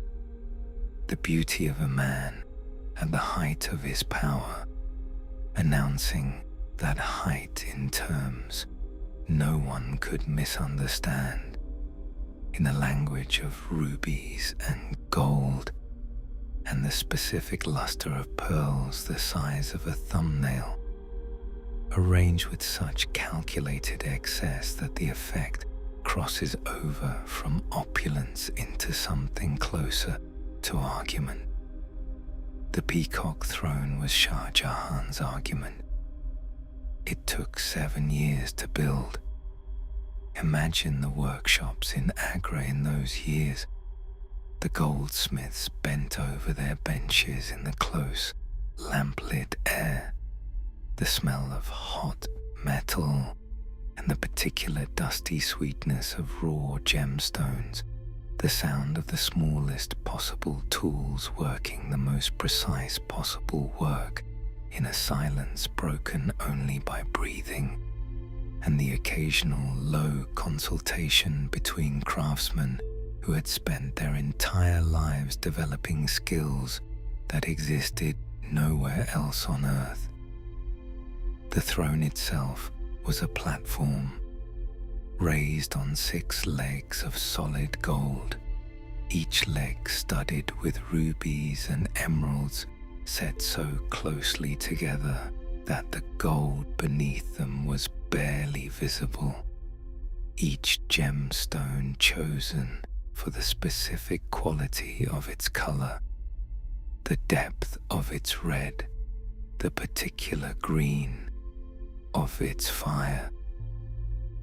The platform supported a canopy, a ceiling of gold inlaid with diamonds and pearls, its underside encrusted so densely with gems that it caught the lamplight of the Diwani Khas and threw it back in every direction at once, filling the hall with a shifting, sourceless brilliance as though the ceiling itself were alive. And at the back of the canopy, spreading their tail feathers in full display, 2 peacocks, each the size of a large dog, each made of gold, each tail feather individually crafted, tipped with a gemstone representing the eye of the feather, sapphire, emerald, ruby, diamond, the colors of a real peacock's tail, reproduced in the hardest, most permanent, most expensive materials the world could provide. Between the 2 peacocks stood a tree, a golden tree bearing fruit of rubies and emeralds and diamonds, its branches spreading across the space between the birds, its leaves catching and scattering light like a living thing caught in wind. The court historian estimated its value at twice the cost of the Taj Mahal. Shah Jahan sat on it for the first time in 1635 at the festival of Nowruz, the Persian New Year, the spring festival that the Mughals had inherited from their Central Asian ancestors and celebrated with a theatrical extravagance that lasted weeks. Picture the Diwani cars in those days, the hall of private audience in the Agra fort, his columns of white marble inlaid with pietra dura flowers, its ceiling once covered in silver that caught the lamplight and turned the room into something between a palace and a sky. The courtiers, arranged by rank, their own robes are considered argument in silk and jewels, the air thick with attar of roses, Nur Jahan's perfume, still the signature scent of the Mughal court, the musicians in their alcove, the sound of the Nakara drums outside, announcing the emperor's approach, and then Shah Jahan, moving through the hall in the specific slow walk of a man who understands that his body is, in this moment, a political instrument, settling onto the peacock throne, the gold and gems catching every lamp in the hall and returning them multiplied, the 2 golden birds spreading their jeweled tails above his head. The wealthiest man in the world, on the most expensive throne ever built, at the height of an empire that controlled a quarter of the world's economic output. He was also, underneath all of it, a man who visited a construction site across the river every chance he could, and stood beside a grave and kept building. In 1638, he turned his attention north. Agra had been the Mughal capital since Akbar's time, with interruptions at Fatehpur Sikri and Lahore. White marble has a temperature, not the temperature of the air around it, something more specific than that. In the early morning, before the sun has found it, Makrana marble is cool in a way that feels deliberate, almost intentional, as though the stone is withholding something. By midday, it is warm to the touch, not hot, not burning, but body warm, alive warm, the way skin feels. In the evening, it cools again slowly, releasing the day's heat in a long exhalation, and in moonlight it does something that white marble does nowhere else on earth. It seems to generate its own light, a soft internal luminescence, as though the stone remembers the sun and is not quite ready to let it go. Makrana is a town in Rajasthan, 250 kilometers southwest of Agra. Its marble has been quarried since antiquity. It is the finest white marble in Asia, dense, pure, capable of taking a polish so high that the surface becomes reflective, and capable of something more than that too. That quality of apparent translucence that makes the Taj seem, at certain hours, less solid than it should be.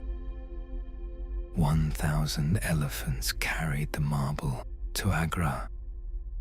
The numbers are almost too large to hold. 20,000 workers, a workforce drawn from across the empire and beyond it, stonemasons from Rajputana, bricklayers from the Gangetic Plain, calligraphers from Persia, inlay specialists whose families had practiced pietra dura for generations, engineers who understood the hydraulics of fountains and the acoustics of domes and the mathematics of foundations sunk into river-adjacent soil. The marble came from Makrana, lapis lazuli, that deep, irreplaceable blue, the color of the sky an hour after sunset, came from the mines of Badakhshan in Afghanistan, carnelian from Arabia, jasper from the Punjab, jade and crystal from China, turquoise from Tibet. In all, 28 varieties of precious and semi-precious stone were sourced from across the known world and carried to Agra to be cut into the floral inlay work that covers the tomb's interior surfaces. The pietra dura panels are worth stopping at because photographs do not adequately convey them. Each panel is assembled from hundreds of individual stone fragments, cut to tolerances of less than a millimeter, and set into the white marble surface so precisely that running a finger across them finds no ridge, no gap, no seam, just the illusion of flowers and vines painted onto stone, except that it is not paint, and it will not fade. The craftsmen who made them worked with tools so fine they were more like surgical instruments than building equipment, in light that was never quite sufficient, producing work that was always going to be seen from a distance. The devotion required for that, the willingness to achieve perfection that no one will ever be close enough to fully see, has a quality almost indistinguishable from prayer. The dome presented the greatest engineering challenge. A dome of that scale, 58 meters from foundation to finial, the inner dome rising to a height of 25 meters above the floor of the tomb chamber, required a scaffolding system of corresponding ambition. The traditional timber scaffolding for a structure of this size would have consumed the forests of an entire province and taken years to erect and dismantle. The chief engineer, by one account, proposed instead a scaffolding of brick, a temporary structure built up alongside the dome as it rose, filled with earth as ballast, designed to be dismantled once the dome was complete. Shah Jahan, hearing of the plan to demolish the scaffolding, was reported to have announced that any worker who wished to take bricks from the structure could keep them for themselves. The scaffolding was gone in a matter of days.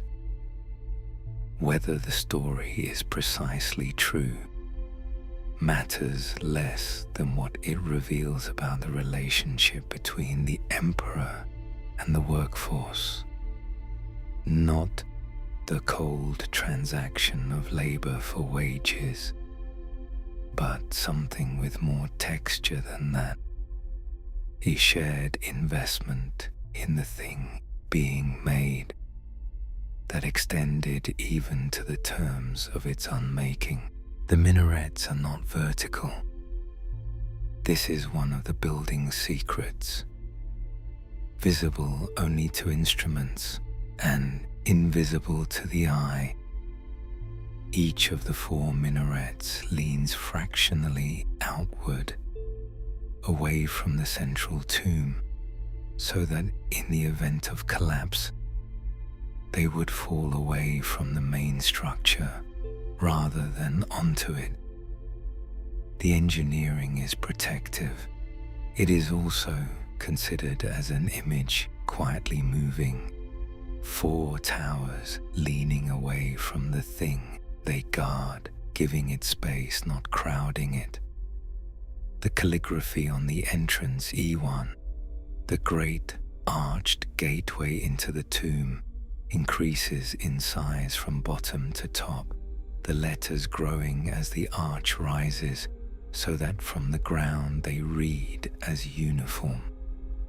Quranic verses, selected with theological precision, announcing the meaning of the building before the building itself is entered. The acoustic dome holds sound for 28 seconds, a single musical note struck in the tomb chamber hangs in the air long after the source has stopped, hovering, fading, refusing to entirely disappear. The building is full of this, full of decisions that exist at the edge of perception, that the visitor feels without knowing why, that accumulate into the overwhelming effect that makes people weep at first sight, without being able to say exactly what has undone them. It is not one thing, it is 10,000 things, each of them perfect, each of them in service of the whole. Shah Jahan visited the construction site regularly. Throughout the 22 years of building, he was not a passive commissioner. He reviewed designs, requested changes, involved himself in decisions of materials and proportion, with the attention of a man for whom this was not a project, but a continuous act of devotion. The building was his conversation with his grief, conducted over 2 decades in the language of marble and water and the precise geometry of paradise. He was also, during these years, running an empire. The peacock throne was completed in 1635. 7 years of construction, a throne encrusted with rubies and emeralds and diamonds, and those great cabochon sapphires that catch light in the blue depth of their centers, surmounted by 2 golden peacocks whose tail feathers were inlaid with gems so numerous that the throne's total value was estimated by the court historian at twice the cost of the Taj Mahal itself. He moved the imperial capital from Agra to Delhi, building an entirely new city, Shah Jahanabad, around the Red Fort on the Yamuna. A city of 500,000 people, its main artery the Chandni Chowk, the Moonlight Square where the canal ran down the center of the street and the merchants sold silk and spices, and the light in the evenings came off the water in long silver strips. He was Shah Jahan, world king, and the world was genuinely his. Across the river at Agra, the scaffolding slowly came down. The Taj Mahal was completed in 1653. 22 years. The marble by then had weathered through its first seasons, had been rained on and dried and rained on again, had caught the Agra dawn in its first 1,000 mornings, had held its first 1,000 moonlights in that internal luminescence that no one had quite predicted, and everyone who saw it was undone by. Mumtaz Mahal had been in the ground for 22 years. Her husband was 61 years old. He stood presumably at some point during that long construction and looked at what grief had made. The sources do not record what he said. Perhaps he said nothing. Perhaps there are things for which even a dynasty of poets has no adequate words, and the building itself was always going to be the only sufficient response. Shah Jahan decided he wanted something new, not inherited, not adapted, but built from nothing in his own image. The way a man at the height of his power sometimes needs to make something that is entirely his own statement, rather than his grandfather's. He chose a site on the west bank of the Yamuna, 11 days' march north of Agra, where the river curved east in a great bend that would give the new city water on two sides and the specific quality of North Indian light that is different from Agra's. Cleaner, somehow, less amber, the sky a slightly sharper blue. He called the city Shah Jahanabad, the city of Shah Jahan. It rose in 9 years. The Red Fort at its heart, its walls of red Rajasthani sandstone rising 20 meters from the riverbank, its main gate, the Lahore Gate, facing west toward the city it commanded, its interior a world unto itself.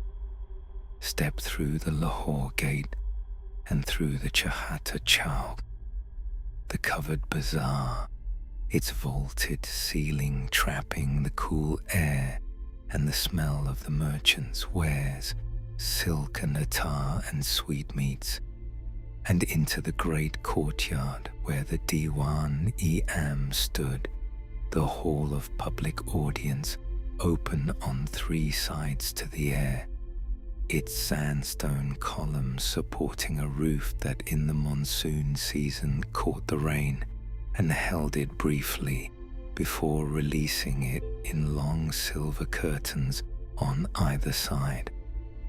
Deeper in, through successive gates and courts, each one more private than the last, each one a further remove from the public world. The marble apartments, the Taj Mahal, Shah Jahan's private chambers, their walls inlaid with pietra dura flowers of such delicacy that in certain lights the stone walls seemed to be growing rather than built.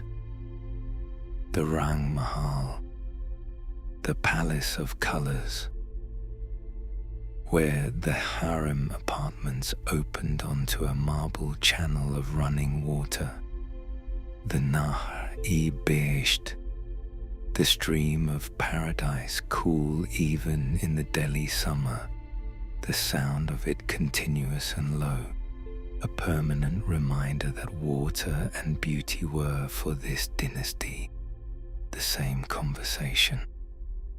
And in the center of the Diwan-e-Khas, suspended from the ceiling on a chain of gold, the peacock throne, transported from Agra, installed in its new home, the gems catching the Delhi light and scattering it across the white marble walls in moving points of color, red and blue and green, like something alive. Outside the fort's walls, Shahjahanabad spread westward in a planned city of 500,000 people.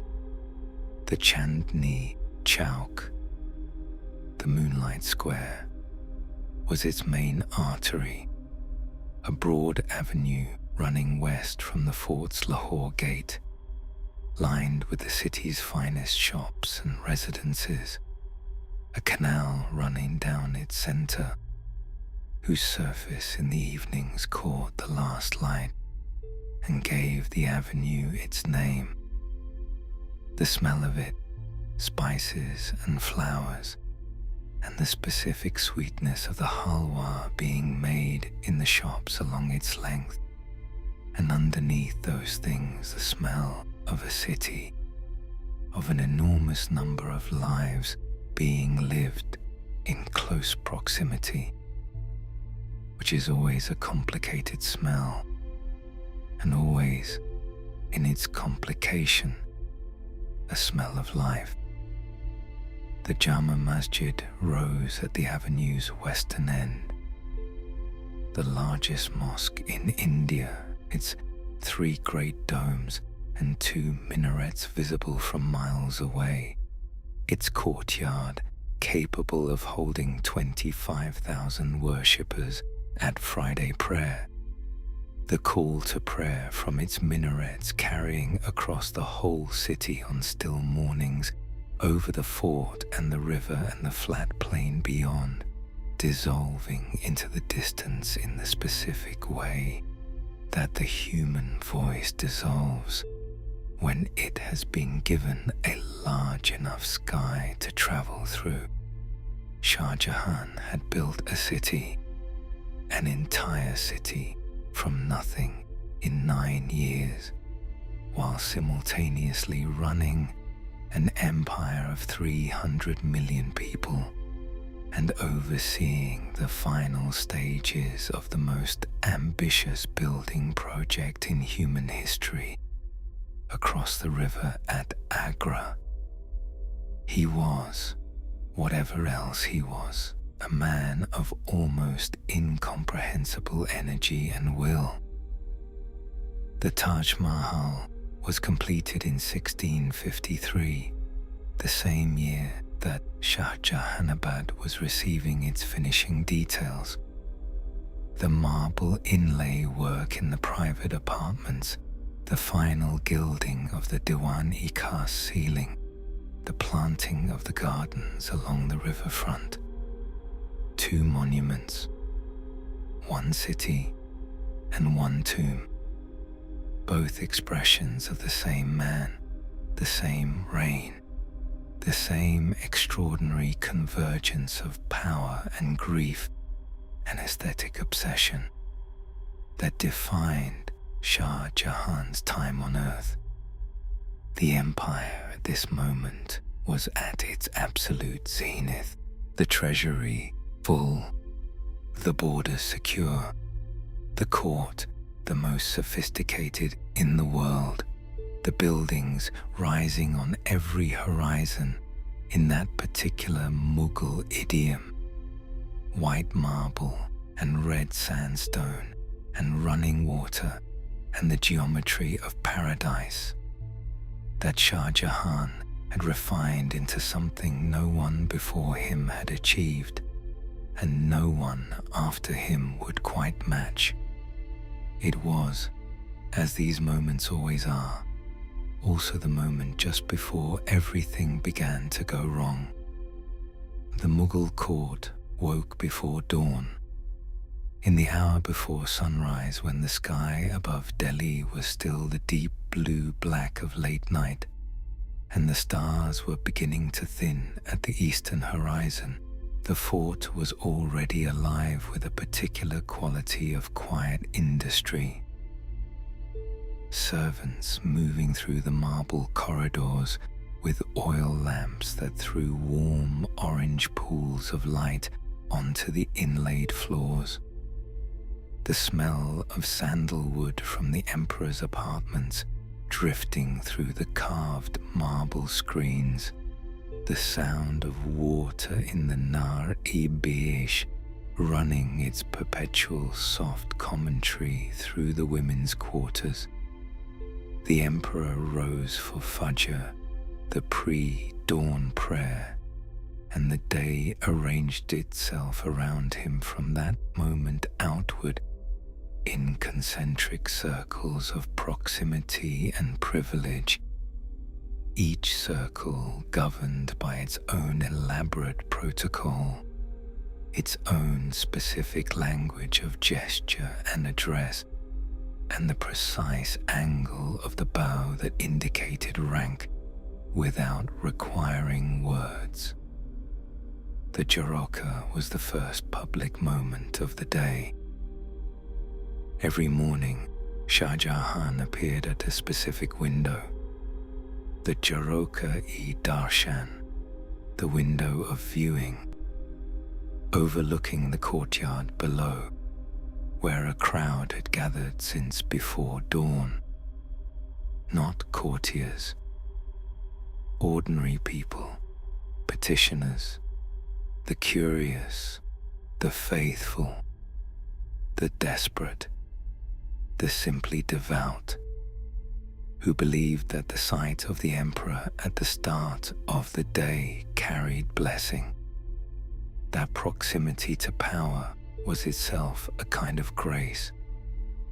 He stood there in the early light, visible, present, the crowd below pressing forward to see him, and falling back in the movement of people who are simultaneously drawn towards something and aware of the distance that must be maintained. He received petitions, he observed disputes. He was, in this daily ritual, making a statement about the nature of his rule, that it was visible, that it was accessible, that the emperor and his people shared the same morning light, even if they inhabited entirely different worlds within it. The ritual had begun with Akbar. Shah Jahan maintained it with the consistency of a man who understood that power required not just exercise, but performance, and that performance required showing up every morning, regardless of what the night had held. The Diwaniyam received the wider court by mid-morning, the hall of public audience filled with the particular sound of several hundred people in an open space. The shuffle of feet on marble, the low, continuous murmur of men waiting, the occasional sharp percussion of a staff on the floor as a herald announced an arrival. The courtiers were arranged by rank with a precision that was itself a kind of architecture.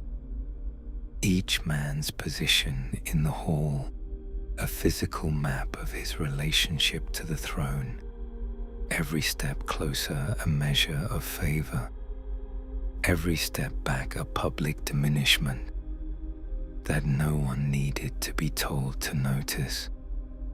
The air in the Diwan-e-Am carried the mingled sense of the court, attar of roses predominant, always that signature Mughal fragrance that Jahan had given the empire and that had outlasted her own influence, combined with the heavier sweetness of oud burning in the censers that attendants moved through the hall, and beneath those things the faint animal warmth of an enclosed space containing many human bodies in many layers of silk.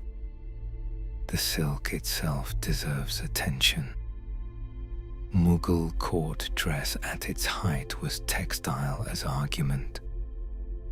Layers of fine muslin so sheer it was called woven air. Brocades whose gold thread caught the light in the moving way that only actual gold catches light. The specific weight and drape of Benares silk in colors whose names were themselves poetry. Crimson deepened with pomegranate, the particular green of new pistachio. White that was not one white, but many, shot through with silver thread that appeared and disappeared as the wearer moved. The courtiers dressed with the same attention that Shah Jahan brought to his buildings. They understood that beauty was not personal vanity, but political language, and that to appear before the emperor in anything less than one's most considered self was a statement no one wished to make. The 9 jewels of Akbar's court had established a tradition of assembling genius. Shah Jahan's court continued it. The musicians alone, gathered from across the subcontinent, and Persia and Central Asia, trained in traditions that had been developing for centuries and were still developing, in conversation with each other, in the specific fertile pressure of a court that rewarded excellence with the kind of patronage that allowed a musician to spend their entire life doing nothing but music. The evenings in the private apartments had a different quality from the formal proceedings of the Diwan-e-Am, smaller, more intimate. The marble of the Taj Mahal cooling as the sun went down, the pietra dura flowers on the walls catching the lamplight and seeming in that warm, unsteady illumination almost to move, as though the stone vines were breathing, as though the stone birds between the stone blossoms were considering flight. Shah Jahan listened to music in these evenings with the focused attention he brought to everything. He was not a passive audience. He knew enough about the classical tradition. The ragas, their specific emotional territories, the precise relationship between time of day and musical mode that governed which raga could be played at which hour. To engage with what he heard as a connoisseur rather than simply a patron. There were ragas for the pre-dawn hour, ragas for the monsoon, ragas for absence, and ragas for return, and ragas for the specific feeling of standing at a window in the evening, watching the light leave the river.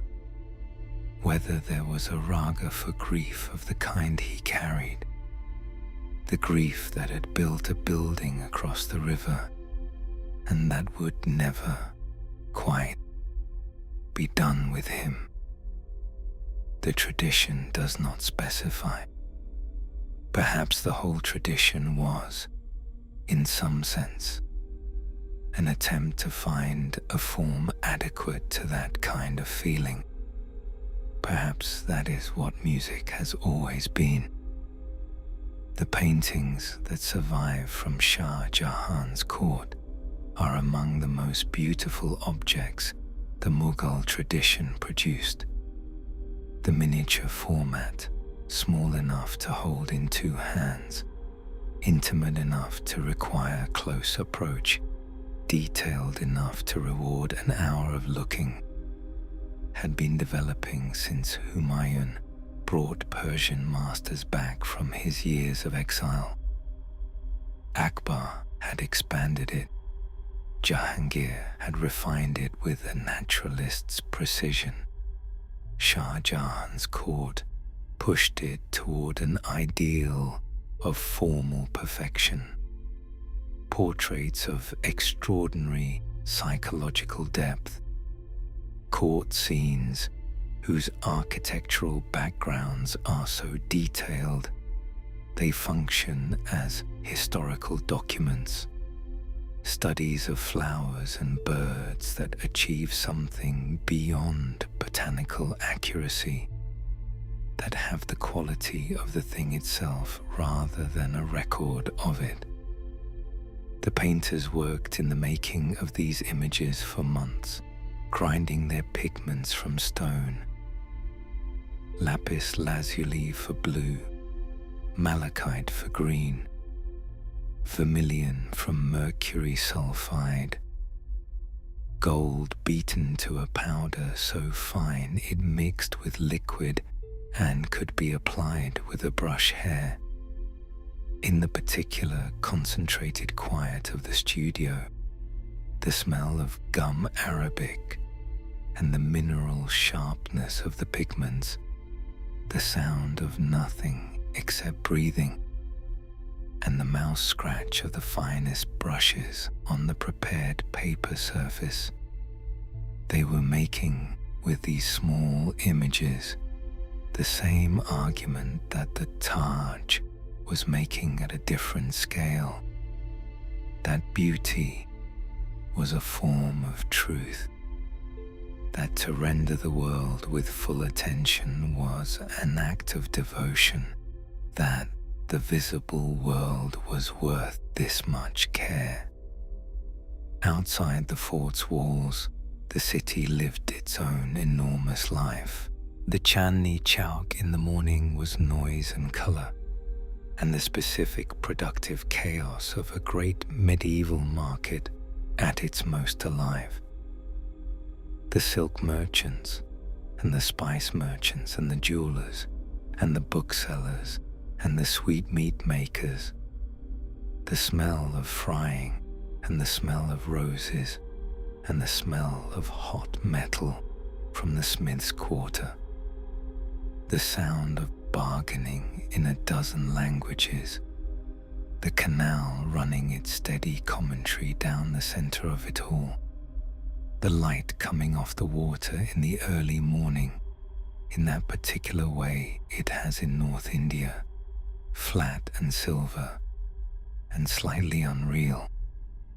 People came from everywhere, merchants from Persia and Arabia and Central Asia and China, pilgrims moving through on the way to Mecca or Mathura, scholars from the great madrasas, poets looking for patrons, physicians, astronomers, wandering Sufi mystics in their patched robes who sat in the shade of the mosque's great walls and said very little and were listened to very carefully by anyone with the wit to pay attention.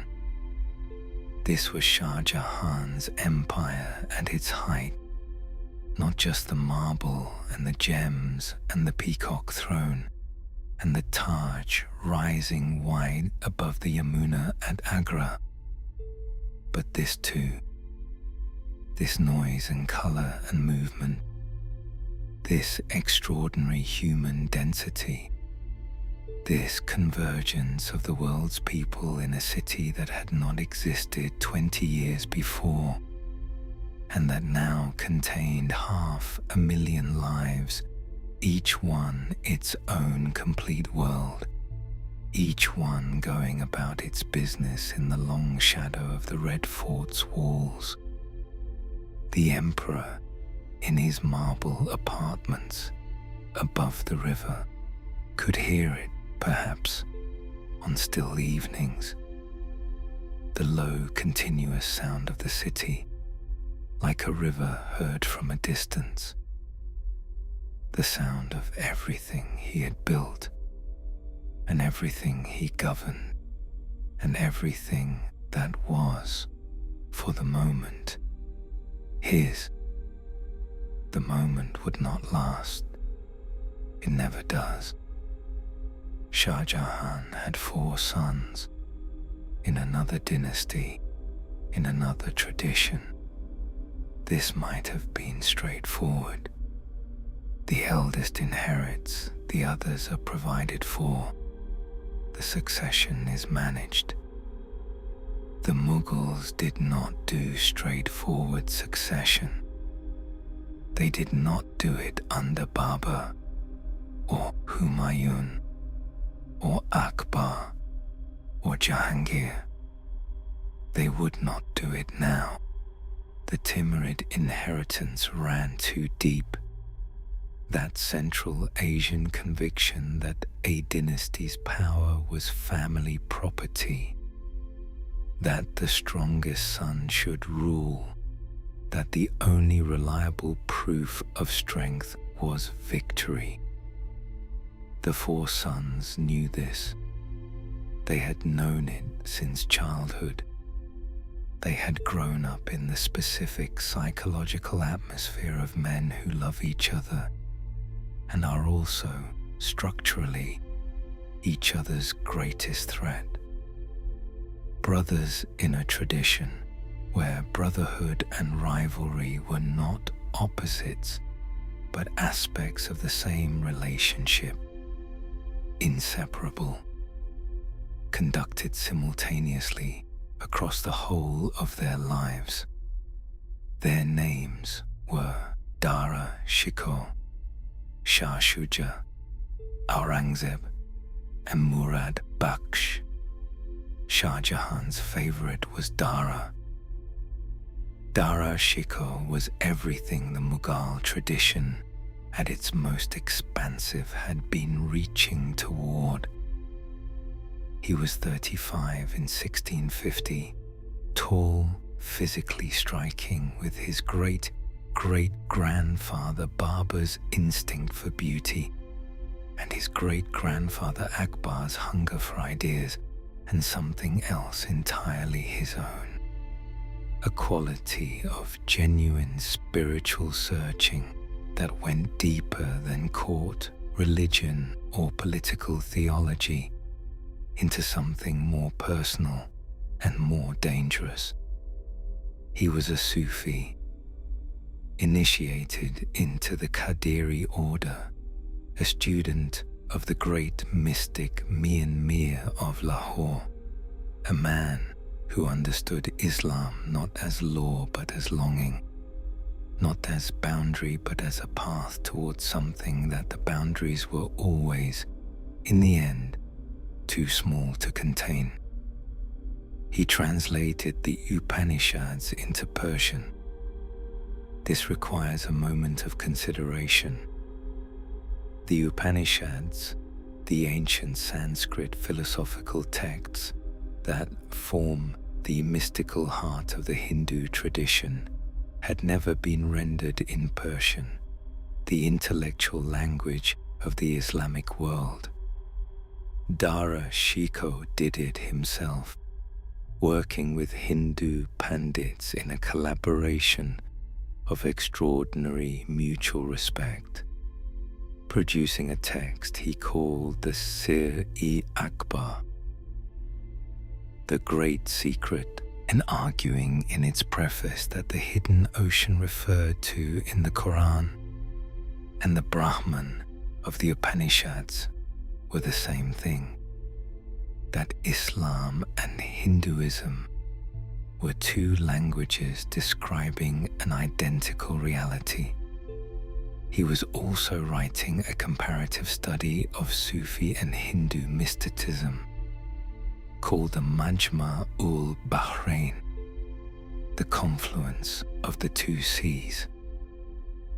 He was, in other words, the intellectual heir of Akbar, carrying forward that extraordinary experiment in religious synthesis, that refusal to accept that truth could be the exclusive property of any single tradition, into a new generation and a new form.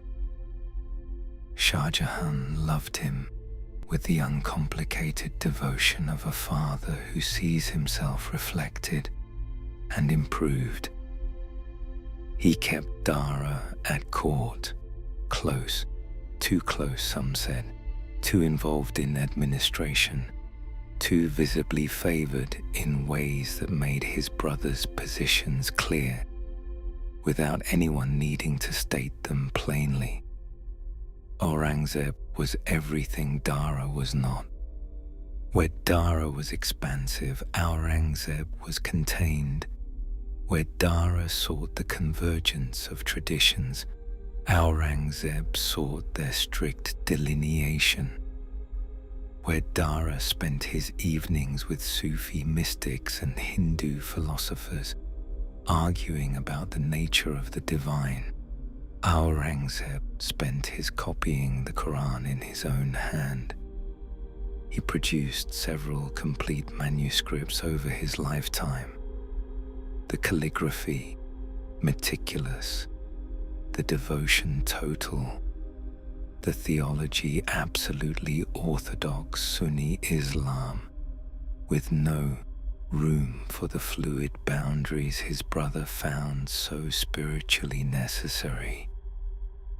He was also, and this is the thing that made him genuinely dangerous, an exceptional military commander. He had been governing the Deccan, that difficult, hot, insurgent southern plateau that had been a persistent problem for the empire since Akbar's time, since his 20s, and he had governed it with a competence and a firmness that earned him the grudging respect even of those who found his company uncomfortable. He was not warm, he did not try to be. He had the specific charisma of someone who is completely certain of what they believe and completely committed to acting on it. And in a world where certainty is rare, that quality draws people, even when, especially when, what they believe is austere and demanding and leaves very little room for ordinary human softness. He watched his brother's closeness to their father. He noted it. He said very little. In September 1657, Shah Jahan fell gravely ill in Delhi. The illness came quickly, a urinary obstruction. The sources suggest that within days had prostrated the emperor entirely, left him unable to hold court, unable to appear at the Jaroka, unable to perform the daily rituals that demonstrated to the empire that its center was holding. Rumor in the Mughal court moved faster than horses. Within days the word had spread. The emperor was dying. By the time Shah Jahan had recovered sufficiently to appear in public and demonstrate that the rumor was premature, it was already too late. The machinery of succession, once set in motion, could not be stopped by a convalescent emperor asserting his continued existence. His sons were already moving. Shah Shuja declared himself emperor in Bengal. Murad declared himself emperor in Gujarat. Aurangzeb in the Deccan did something more careful. He allied himself with Murad, offering his brother a partnership that both of them understood differently, and began moving north with an army. Dara, a court in Delhi, commanded his father's forces. The campaign that followed was decided in a single afternoon. The Battle of Samarkand, fought on the 29th of May 1658, on the flat plain outside Agra, in the full ferocity of the Indian summer. The temperature above 40 degrees, the air so dry it cracked lips and parched throats, the dust rising from the plain in clouds that turned the sky a dull ochre and made the distance uncertain. Dara had the larger force. He also had, fatally, the impulse at the critical moment to dismount from his war elephant, visible from across the entire battlefield. A moving command post, a signal of presence and authority, and transfer to a horse. No one knew why he had dismounted. In the confusion and the dust and the noise, the absence of the elephant from its position read as one thing only: that Dara was dead or fleeing. His army, which had been holding, broke. It was over in hours. Dara fled north with his family. Aurangzeb entered Agra. The Musamman Burj stands at the northeastern corner of the Agra fort, where the walls meet the river.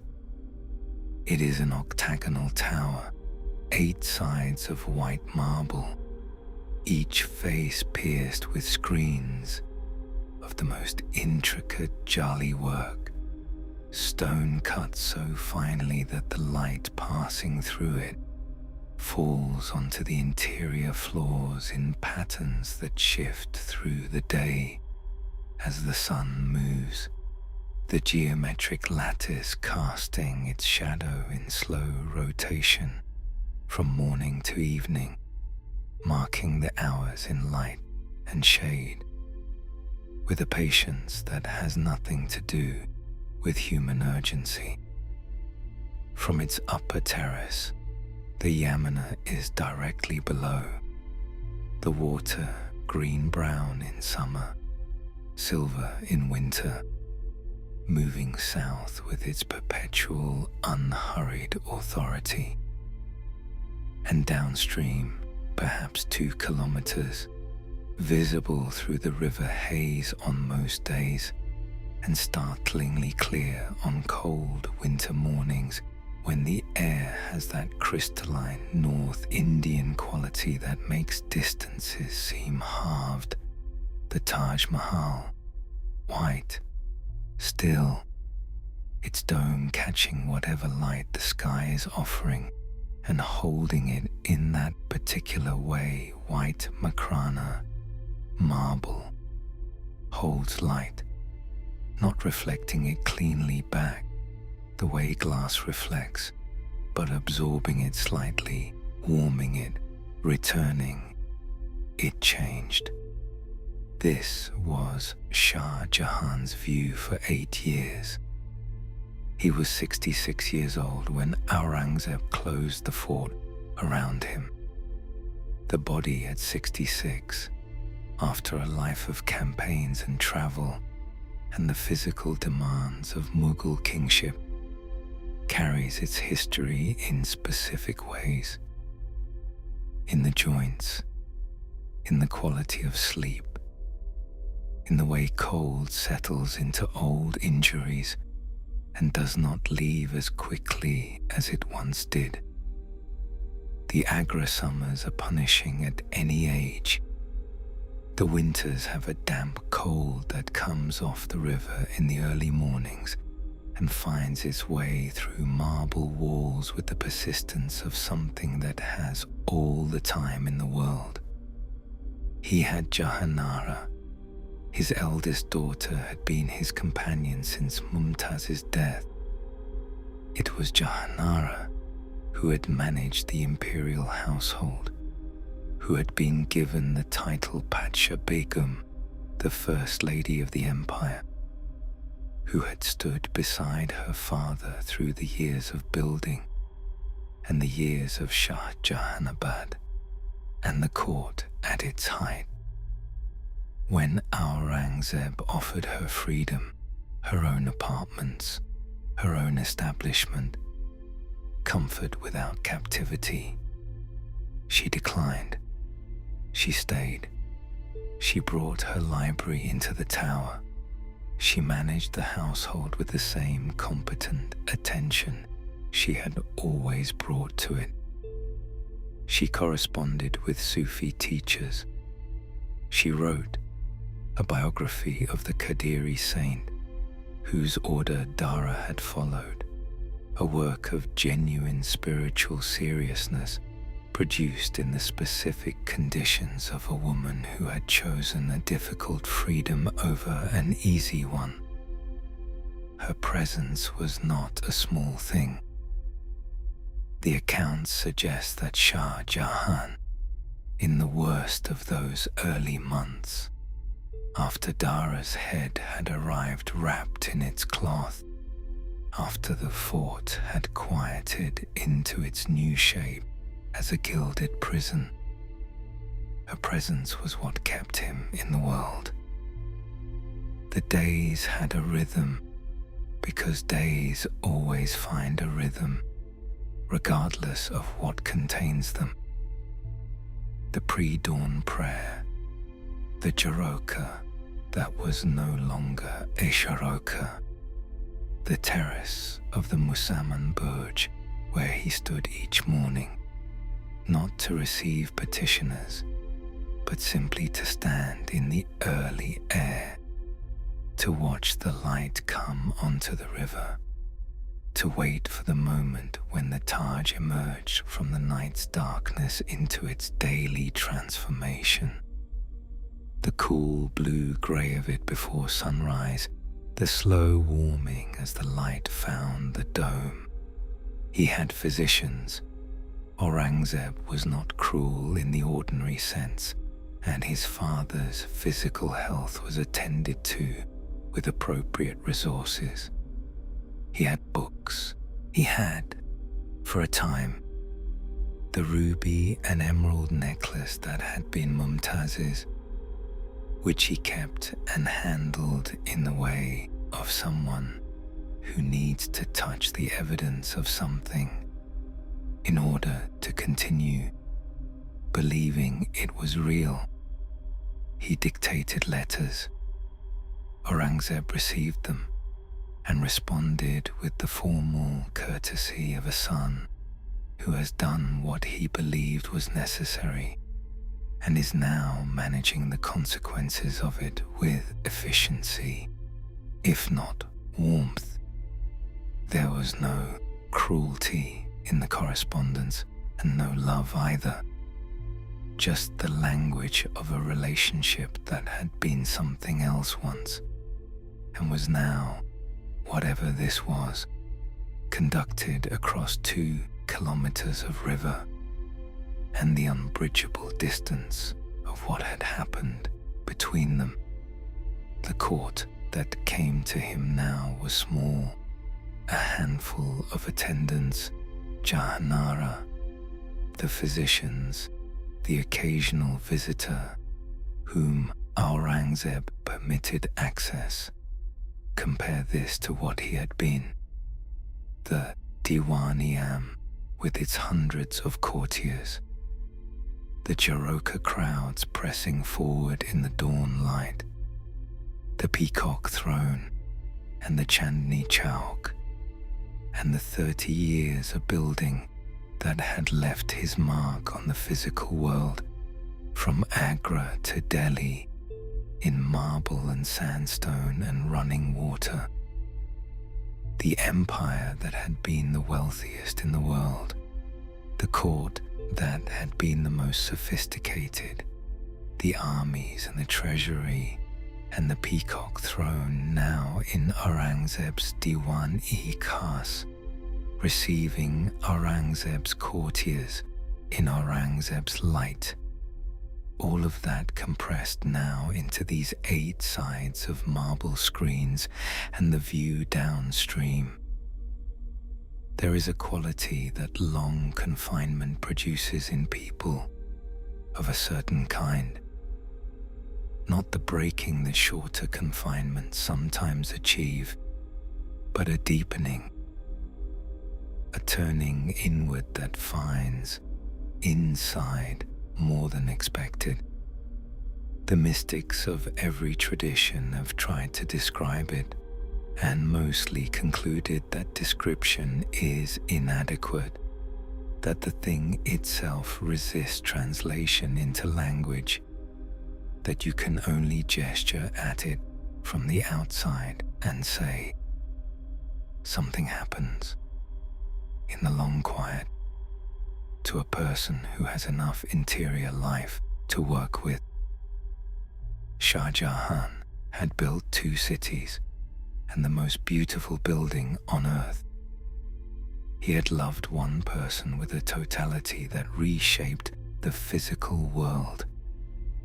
He had governed 300 million people, commanded armies, sat on the Peacock Throne, watched his favorite son executed, and his head delivered to him in a package. Whatever the long quiet of the Musamman Burj did to him, whatever it found or made or returned to him in those 8 years of mornings on the terrace and evenings watching the light leave the Taj, and nights with the river below and the stars above, the sources cannot fully tell us. What they tell us is that he asked repeatedly to be taken across the river. Aurangzeb refused repeatedly. The reasons were practical enough. A deposed emperor moving freely through Agra was a political risk, a potential rallying point for dissent, a problem that confinement solved, and release would reopen.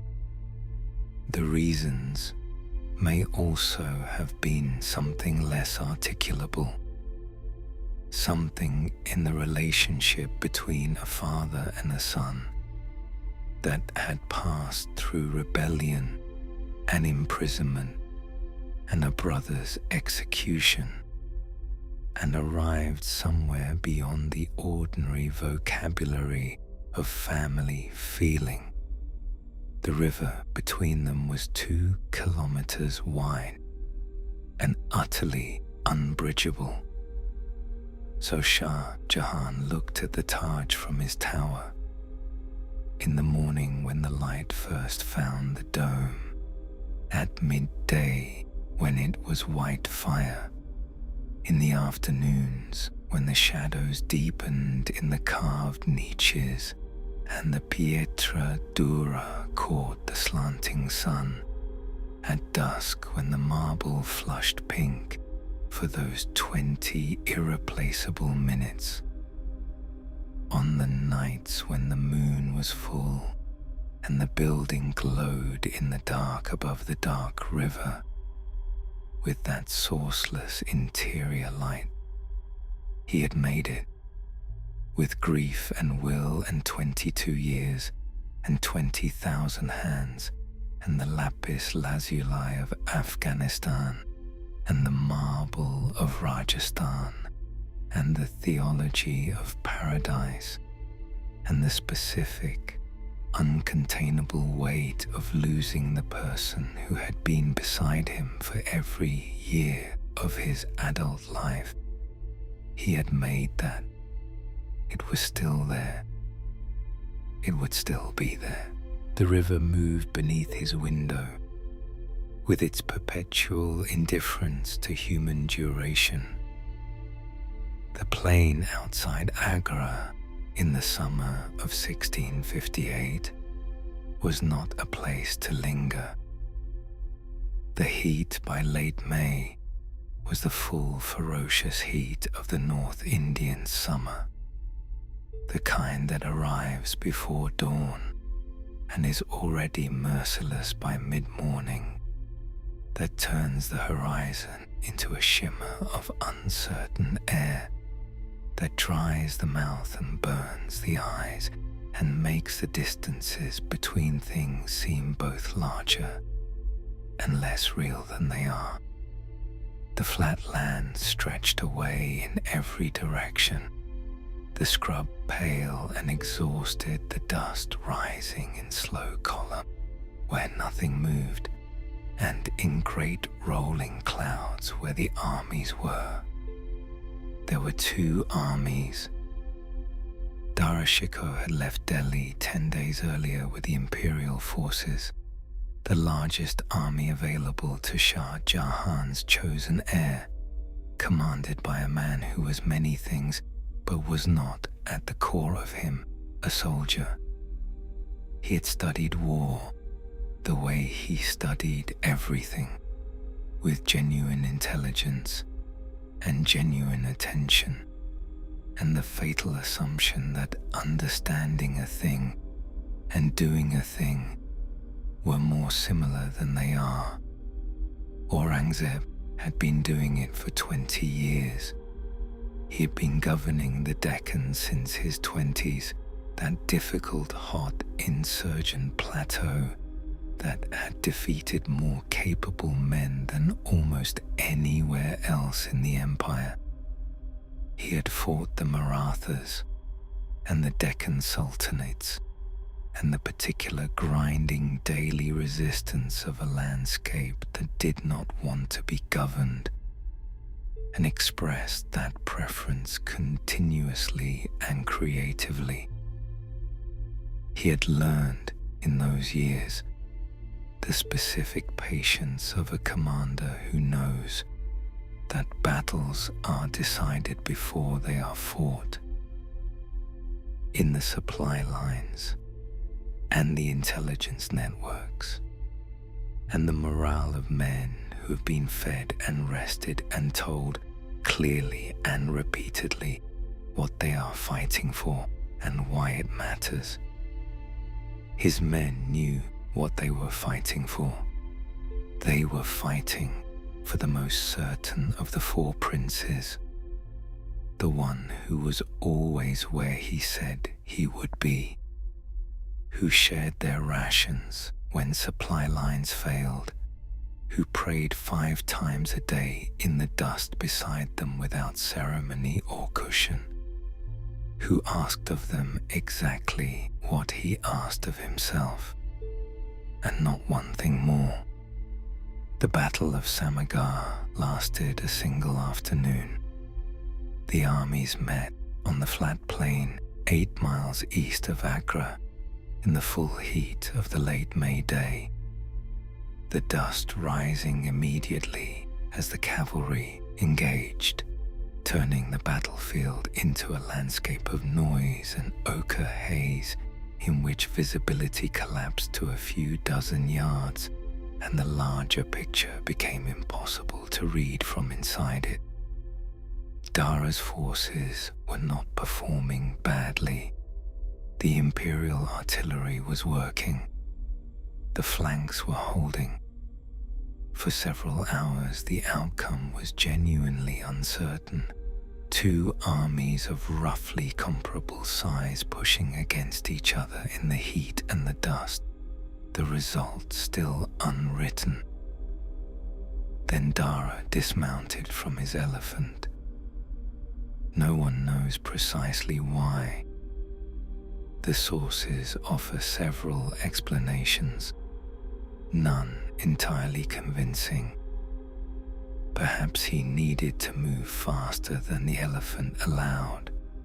Perhaps he had been advised to.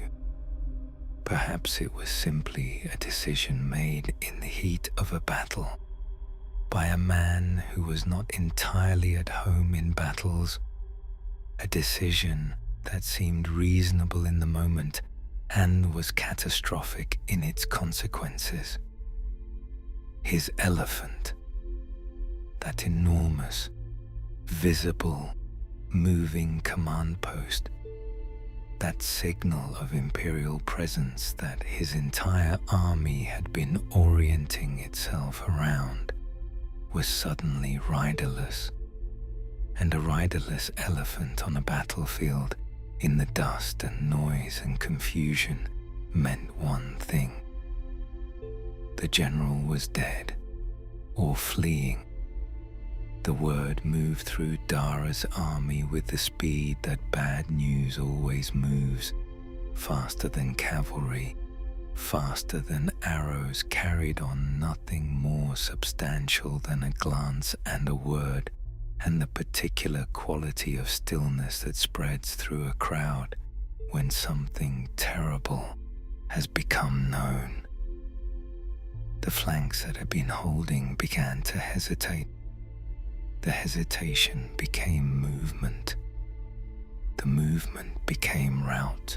Aurangzeb watched it happen from his position, steady, reading the field with the attention of a man who had been reading fields for 20 years, and gave the order to advance. It was over before the sun reached the horizon. Dara fled north with his family and the remnants of his household cavalry, the dust of the battlefield still on him. The empire he had expected to inherit, somewhere behind him, in the hands of his brother. Aurangzeb did not pursue immediately. He had something more important to attend to. He turned south toward Agra. Shah Jahan had watched from the fort's ramparts. The Yamuna was below him, brown and slow in the summer heat. The Taj was visible downstream, white and still and indifferent, as it always was, as it always would be. The sounds of the battle had been audible in the morning. A distant percussion, the specific sound of an army in engagement, carried across the flat land on the hot air, and then silence, which told him everything before the messengers arrived. He ordered the gates closed. He still held the fort, the treasury, the imperial arsenal. These were not nothing. An emperor in possession of the treasury had leverage that a victory on a battlefield did not automatically dissolve. Aurangzeb besieged his own father. He did it with the methodical patience that characterized everything he did, cutting the water supply to the fort, positioning his forces, making clear through action rather than declaration that he was prepared to wait as long as the situation required. The message was delivered without drama, without unnecessary cruelty, with the quiet certainty of a man who knows he holds every card and has no need to display them all at once. Inside the fort, Shah Jahan negotiated. He wrote to Aurangzeb. The letters were careful, the language of a father to a son, of an emperor to a general. of a man trying to find some arrangement that preserved something of what remained. Aurangzeb replied with equal care and equal firmness. He wanted the fort. He wanted the treasury. He wanted the formal acknowledgement that the succession had been decided. He was prepared to be generous about everything else. Jahan negotiated between them. She moved between her father's apartments and the messengers at the gate, with the focused composure of a woman who understood that this was the most important thing she would ever do, and who brought to it everything she had. Her knowledge of both men, her understanding of what each needed to believe about the outcome in order to accept it, her capacity to translate her father's grief into terms her brother could hear, and her brother's certainty into terms her father could survive. She could not change the outcome. Nobody could change the outcome, but she could manage the manner of it, and the manner mattered to Shah Jahan's dignity, to Aurangzeb's self-image as a son who had done what necessity required, rather than what cruelty desired, to the possibility of a captivity that was survivable, rather than simply punitive. In July 1658, Shah Jahan surrendered the fort. He walked out of the imperial apartments he had built and into the smaller set of rooms that would be his world for the next 8 years, and Aurangzeb walked in behind him and sat on the throne that had been Shah Jahan's, and before that Jahangir's, and before that Akbar's, the long succession of men who had held this specific power in this specific place, each one believing, while he held it, that he would hold it differently from the others.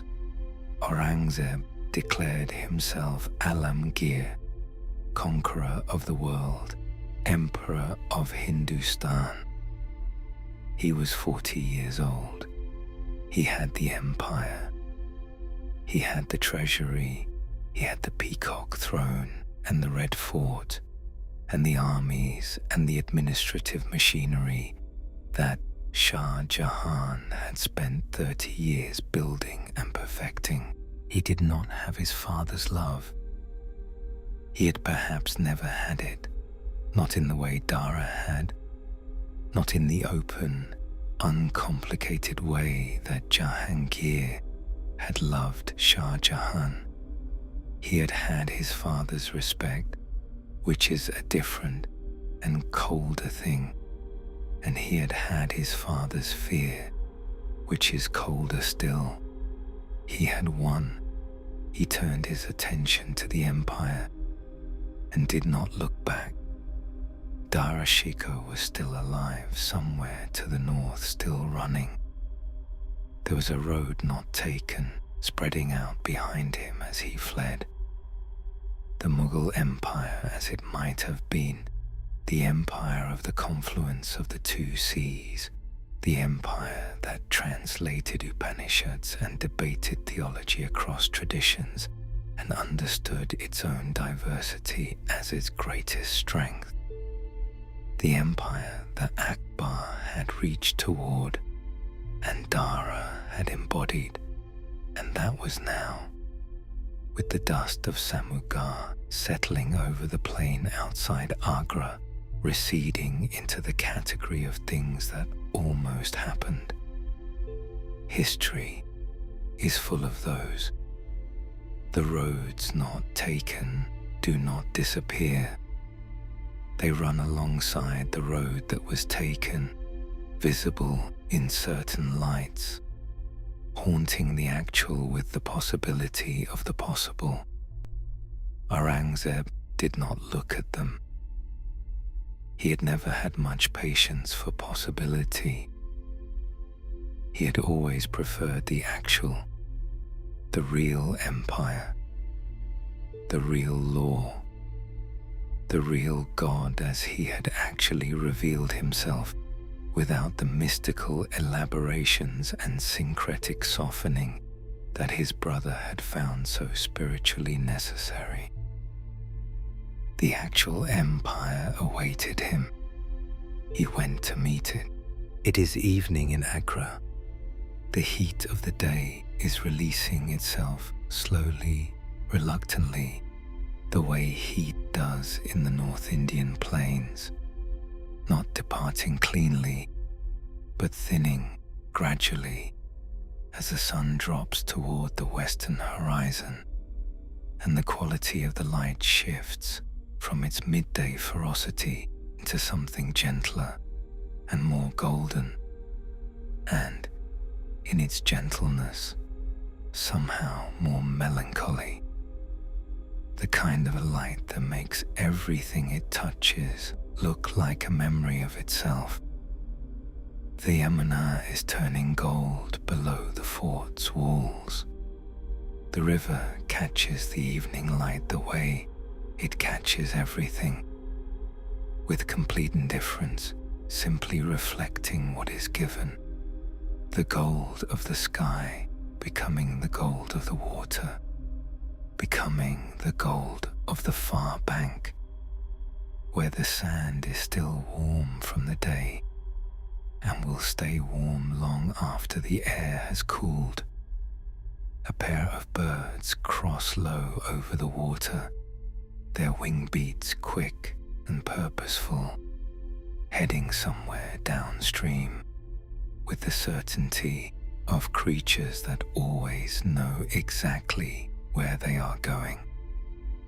In the Musamman Burj, the light is doing what it does every evening, coming through the jali screens at a low angle now, the geometric lattice throwing its shadow pattern across the marble floor in long, distorted diamonds, the shapes stretching as the sun drops, the shadows reaching across the inlaid stone toward the eastern wall, where they will finally dissolve into the general dusk.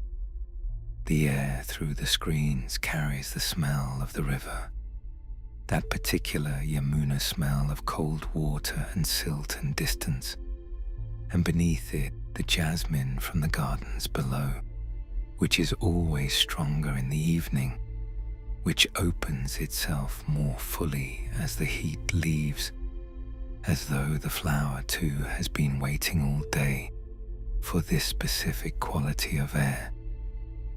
An old man stands at the western screen. He has been standing here, or sitting here, or lying on his bed looking toward here for 8 years. 8 monsoons have come and gone past this window, the great grey walls of cloud building in the southwest in June, the first drops hitting the marble terrace with the smell of dust and rain. That is one of the most particular smells on earth, the smell of a landscape exhaling after months of held breath. 8 winters have settled their cold white light over the river and the plain and the white building downstream.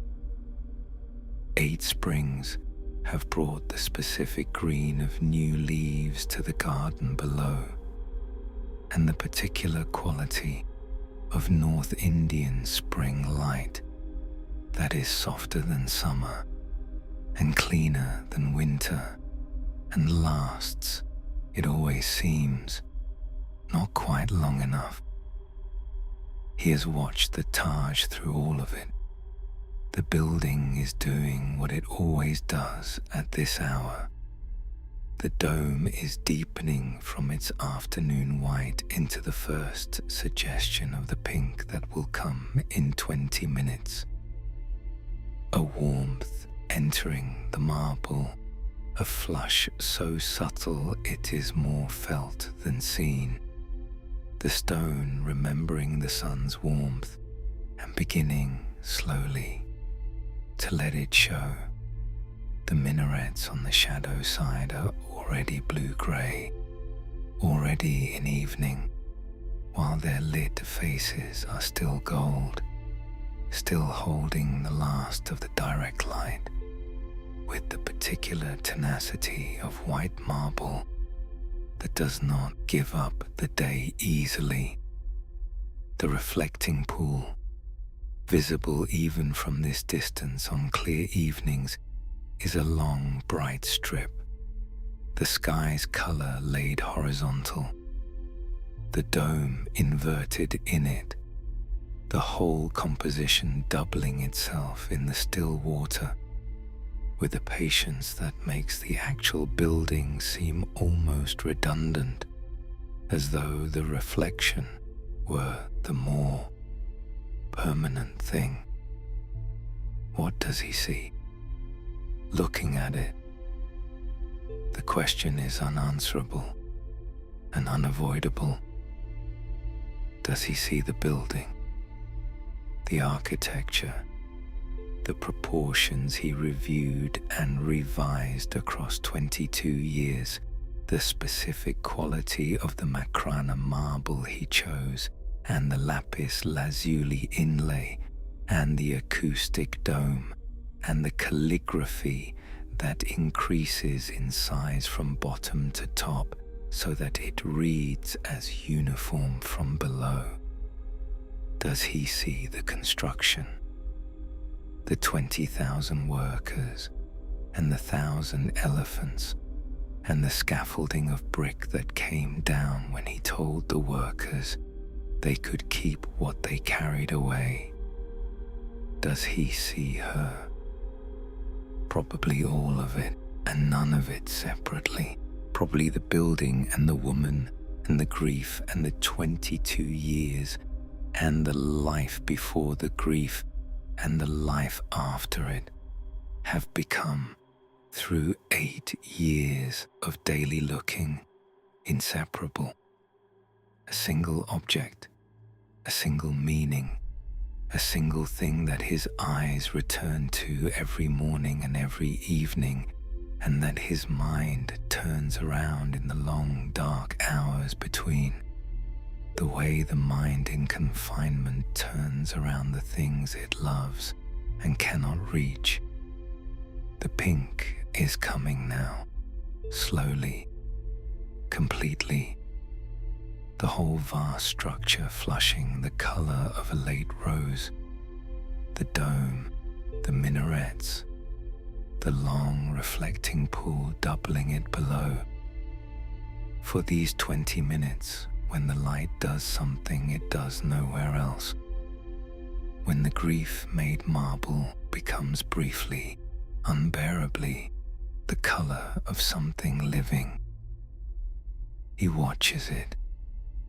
The old hands on the marble screen are still. The river moves below with its ancient indifference. The birds have landed somewhere downstream. The jasmine is very strong now in the evening air. The pink deepens for a moment, just a moment, the light holding its breath, and then begins to fade. Grey enters the marble. The dome grows pale. The reflection in the pool loses its color first, becoming silver, then pewter, then the dark mirror of a sky that is putting its stars back one by one. In the east, the Taj is white in the dusk, then grey, then the luminous dark presence it becomes at night, enormous, still, its dome faintly visible against the stars, its reflection in the pool, a ghost of a ghost, barely there, and yet somehow more present than anything else in the landscape. He does not move from the screen for a long time. The night deepens around him. The jasmine smell fades as the temperature drops and the flowers close.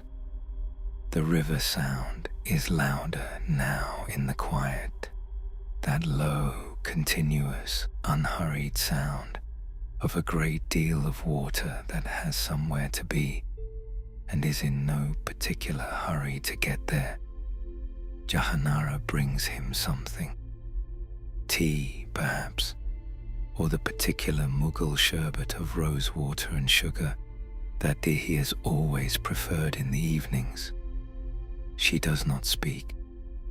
She has learned, across these 8 years, the difference between the silences that want company and the silences that need to be left alone, and this is the second kind. She sets the cup beside him and withdraws to her own side of the apartment, where her lamp burns low over whatever she is writing. He picks up the cup, holds it in both hands, the warmth of it against his palms in the cooling evening air.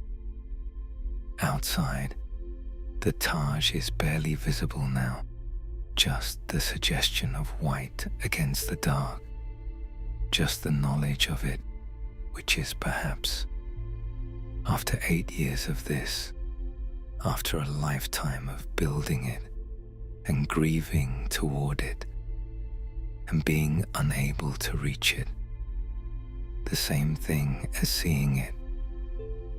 He is 73 years old. He has perhaps a year left. He died in January. The sources give the date as the 22nd of January, 1666. A cold morning, the river mist thick on the Yamuna, the fort's marble walls holding the night's chill long after the sun had risen. He had been ill for several weeks, the illness moving through him with the quiet purposefulness of something that has waited long enough and is no longer willing to be patient. Jahanara was with him. She had been with him through 8 years of the tower and the window and the daily diminishment of a man accustomed to commanding the world, learning, slowly and without alternative, to inhabit a very small portion of it. She had watched him age in the specific way that grief and confinement age a person. Not just the body, though the body too, but something in the quality of presence, a gradual turning inward, a withdrawing of attention from the surfaces of things toward something further in. He died, the sources say, with the name of God on his lips, and with his face or his body, or simply the last direction of his attention, turned toward the southeast, toward the river, toward the Taj, toward whatever it was the building had become for him. Across 8 years of looking at it, from a distance he could not close. The news reached Aurangzeb in Delhi. He received it with the composed efficiency he brought to everything, issuing the necessary orders, arranging the necessary ceremonies, managing the political dimensions of his father's death with the same focused competence that had characterized his entire reign. He was not, or did not, permit himself to be seen as destroyed by it. Whether something moved in him privately, whether the son who had imprisoned his father and refused his repeated requests to be taken across the river to the building he had made for his dead wife, felt in the cold January morning when the news arrived something that the official record was not equipped to contain. This the sources cannot say. They say only what happened next. Shah Jahan's body was carried out of the Musamman Burj and down through the fort's inner courts and out through the water gate that opened directly onto the Yamuna, the gate that had been his limit for 8 years, the threshold he had not been permitted to cross. He crossed it now.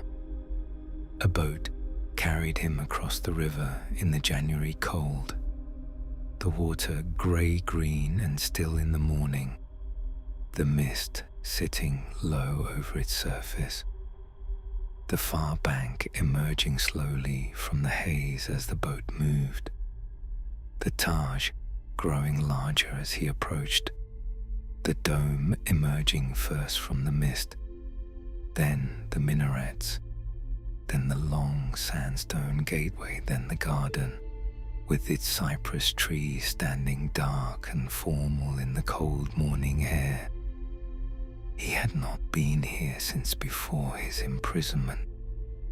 8 years since he had stood in this garden, walked these paths, been close enough to touch the marble that he had chosen and specified and revised across 2 decades of building.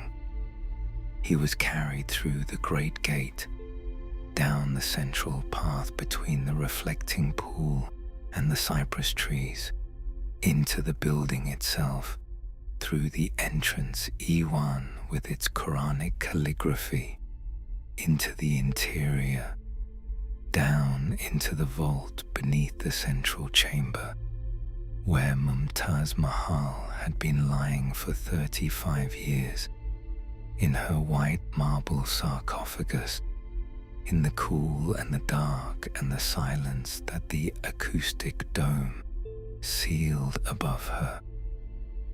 He was laid beside her, and here is where the building reveals its one imperfection, its one departure from the perfect symmetry that governs everything else: the equal minarets, the matched gateways, the garden divided with mathematical exactness into its 4 equal quadrants, the reflecting pool centered with a precision that makes the eye move across it without finding a single point of imbalance.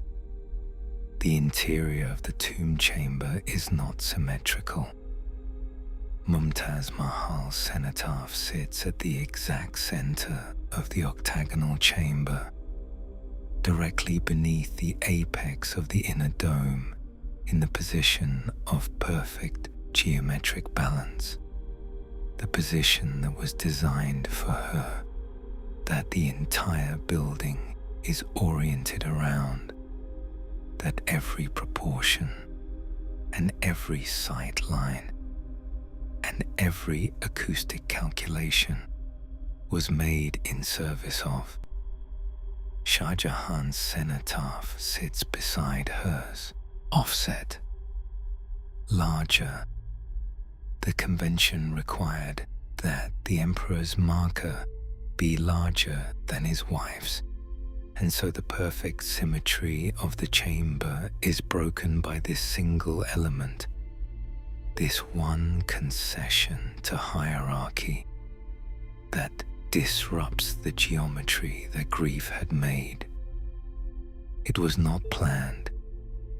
There had been theories: a black marble Taj across the river, a mirror image of the white one, connected by a bridge that would have resolved the asymmetry by making it part of a larger symmetry.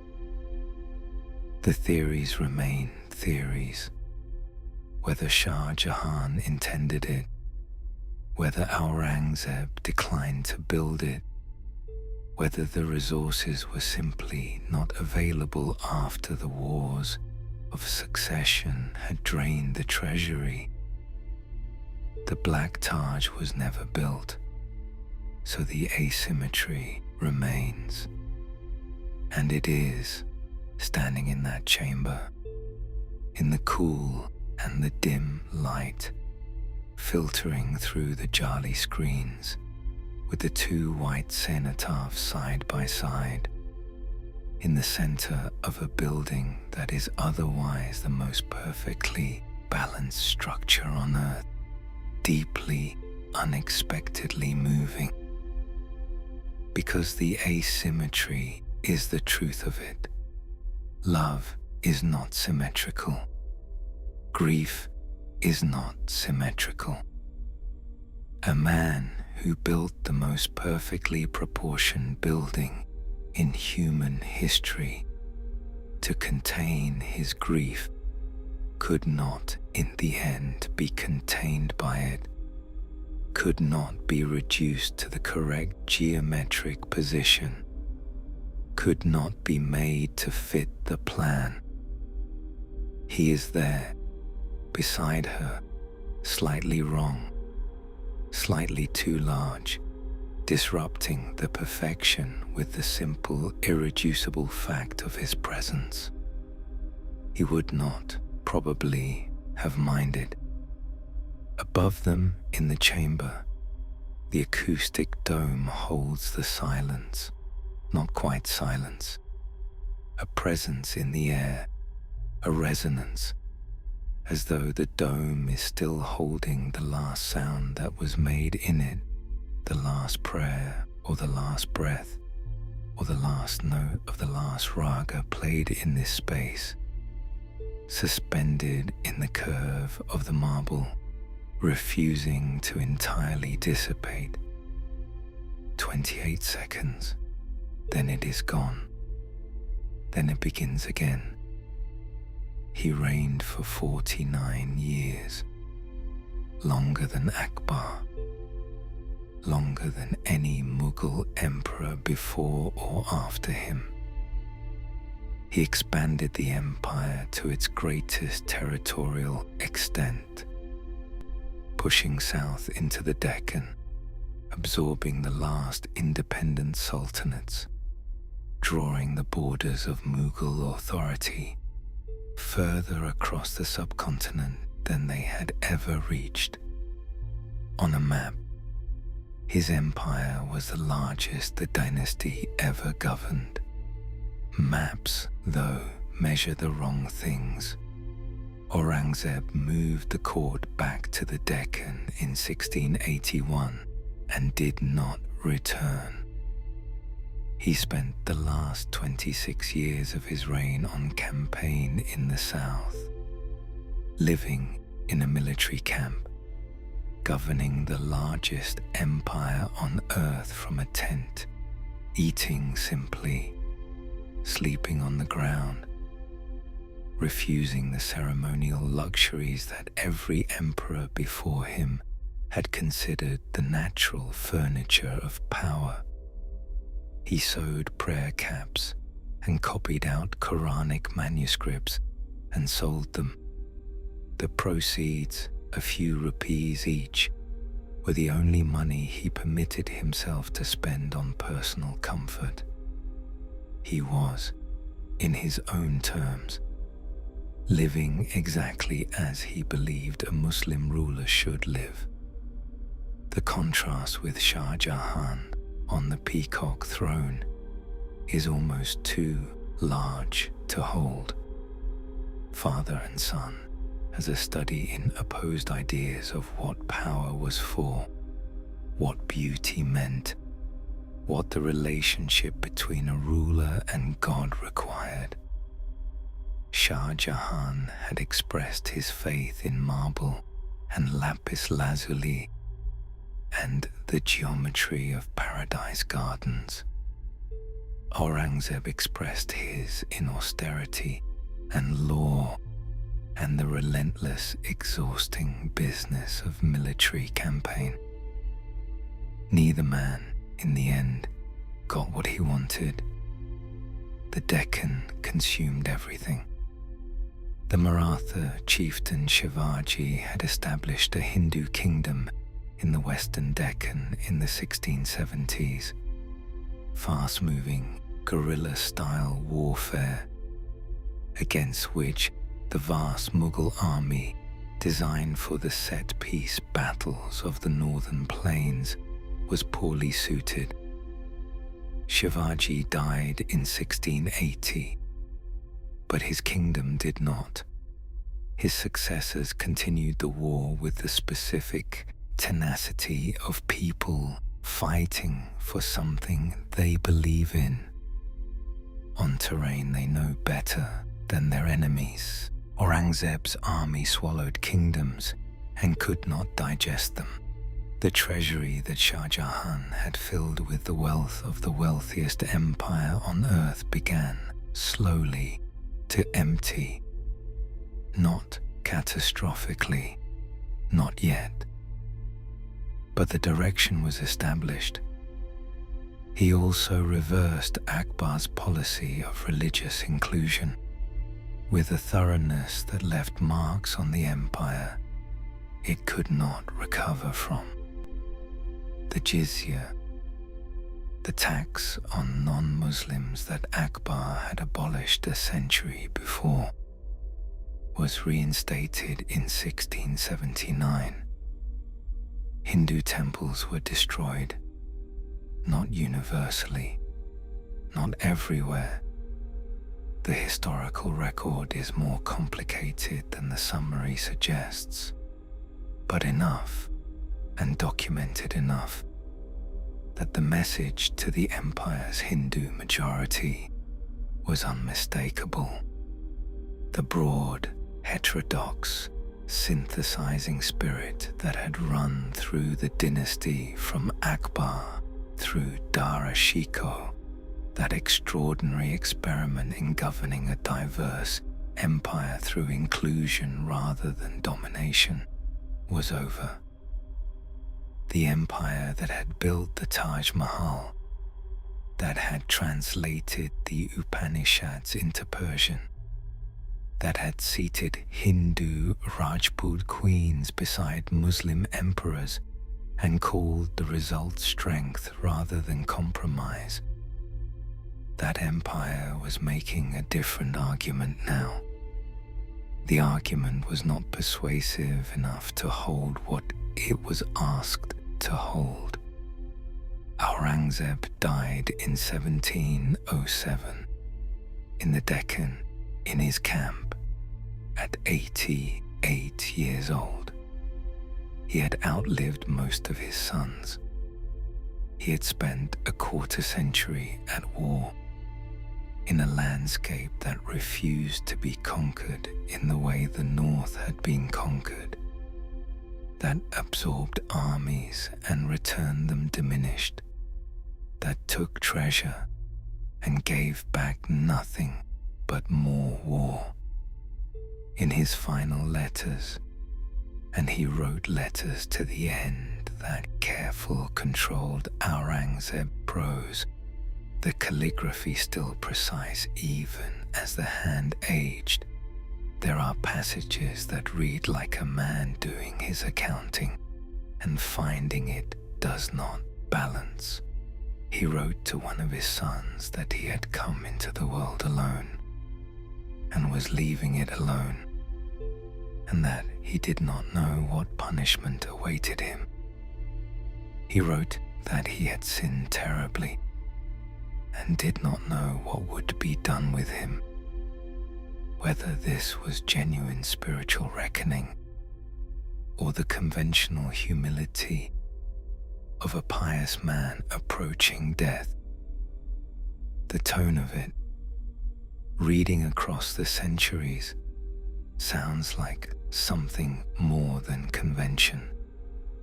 It sounds like a man who had made enormous decisions and lived long enough to see some of their consequences and was not entirely certain, in the end, that the accounting came out right. He asked to be buried simply. No monument, no marble, an open grave exposed to the sky in the garden of a Sufi shrine at Kuldabad in the Deccan. The grave is still there. It is open to the elements as he requested. Rain falls on it, sun dries it, the seasons move across it. A low enclosure of marble screens, very simple, very plain. His own hands had made similar screens once, copying manuscripts, earning a few rupees. No dome, no pietra dura, no reflecting pool. He had seen what grief made when it was given enough power and enough love. He had chosen something different, a theology of absence, of simplicity, of the self reduced rather than expressed. Whether that was wisdom or its own kind of sorrow is a question that has no clean answer. After him, the emperors came quickly, 12 in 50 years. Men of varying ability and almost universally insufficient power, inheriting an empire whose treasury was depleted, whose borders were contested, whose administrative structures were intact, but whose center was no longer holding. The Maratha Confederation expanded into the vacuum. The Sikh kingdom consolidated in the Punjab. The regional governors, the Nizams and Nawabs, who had been Mughal appointees, became independent rulers in everything but name. And from the west, from the ports they had been quietly occupying, and the trade networks they had been patiently expanding for a century, the British East India Company was watching. The Peacock Throne survived Aurangzeb by 40 years. In 1739, Nader Shah of Persia descended on Delhi with an army that the weakened Mughal forces could not resist. He sacked the city. 3 days of violence that the sources describe with a horror that still comes through the prose 3 centuries later.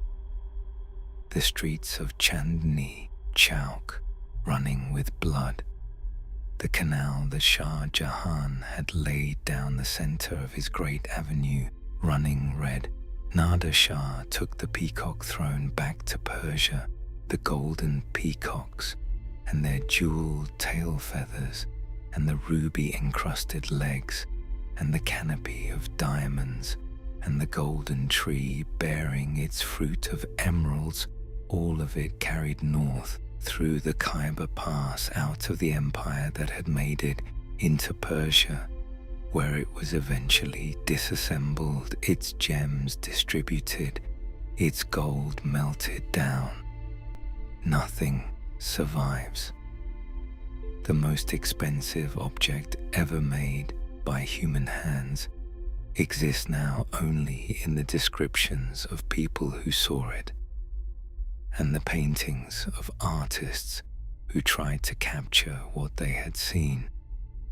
What remained in Delhi was the Red Fort, still standing, its red sandstone walls above the Yamuna still enormous, its marble apartments still inlaid with pietra dura flowers, the Nahri Bihisht still running its channel through the Rang Mahal, the stream of paradise still moving through the palace of colors with its perpetual quiet commentary, and across the river at Agra, as it had been since 1653, as it would continue to be, the Taj. By the 19th century, the Mughal Emperor ruled Delhi and very little else. The empire that had stretched from Kabul to the Deccan, that had commanded armies of hundreds of thousands and a treasury of almost incomprehensible wealth, had contracted to the Red Fort and its immediate surroundings, a court maintained on a pension paid by the British East India Company, which had been governing Bengal since 1757, and most of the subcontinent since rather more recently, and which found the continued existence of a Mughal emperor politically useful as a symbol of continuity and increasingly inconvenient as anything else. The emperor in 1837 was Bahadur Shah Zafar. He was the last. His name means victorious king. The irony was not lost on him. He was a man of considerable intelligence and considerable self-awareness, and both qualities made his position harder rather than easier to bear. He was also a poet, not a courtier who wrote occasional verse in the Mughal tradition of learned accomplishment, but a genuine poet, one of the finest Urdu poets of the 19th century, working in the ghazal form with a mastery that his contemporaries recognized and that subsequent generations have confirmed. His teacher was Zauq, one of the great masters of the form. His fellow student was Ghalib, Mirza Ghalib, perhaps the greatest Urdu poet who ever lived, whose verses are still recited across the subcontinent today, whose lines appear on walls and in films, and on the lips of people who may not know his name, but know the words. Zafar wrote about loss the way his ancestors had built against it, with total commitment, with the formal precision of a tradition that understood grief as a subject worthy of the finest technical resources available, with the specific Mughal quality of making beauty from devastation. His most famous verses were written in exile. The uprising of 1857 changed everything and nothing. It began in Meerut in May. Sepoys of the East India Company's Bengal army, refusing a new rifle cartridge rumored to be greased with pig and cow fat, the refusal becoming mutiny, the mutiny spreading with the speed of a landscape that had been accumulating grievance for a century. The sepoys marched to Delhi. They came to the Red Fort. They demanded that Bahadur Shah Zafar lead them. He was 82 years old. He had no army of his own, no treasury, no power beyond the symbolic weight of a name that still meant something to people who needed it to mean something. He was, by his own account, reluctant. He understood, with the lucidity of a very old man who had watched the company's power grow for decades, that this was not a war that could be won. He led them anyway, or allowed himself to be led by them, which at 82 amounts to the same thing. The British retook Delhi in September 1857. The recapture was accompanied by violence of a scale and character that the official British accounts at the time minimized, and that subsequent history has been more honest about. Executions, reprisals, the deliberate destruction of parts of the city that had been Shah Jahan's great creation. Bahadur Shah Zafar was captured at Humayun's tomb, that red sandstone garden tomb, the first great Mughal monument, the building that had been the template for the Taj. He had gone there to surrender, or to hide, or simply because it was a place that meant something, a place where the dynasty had its roots, where Humayun lay in the garden his widow had made for him 300 years before. He was tried for treason, found guilty, sentenced to exile. He asked to be buried in Delhi. The request was denied.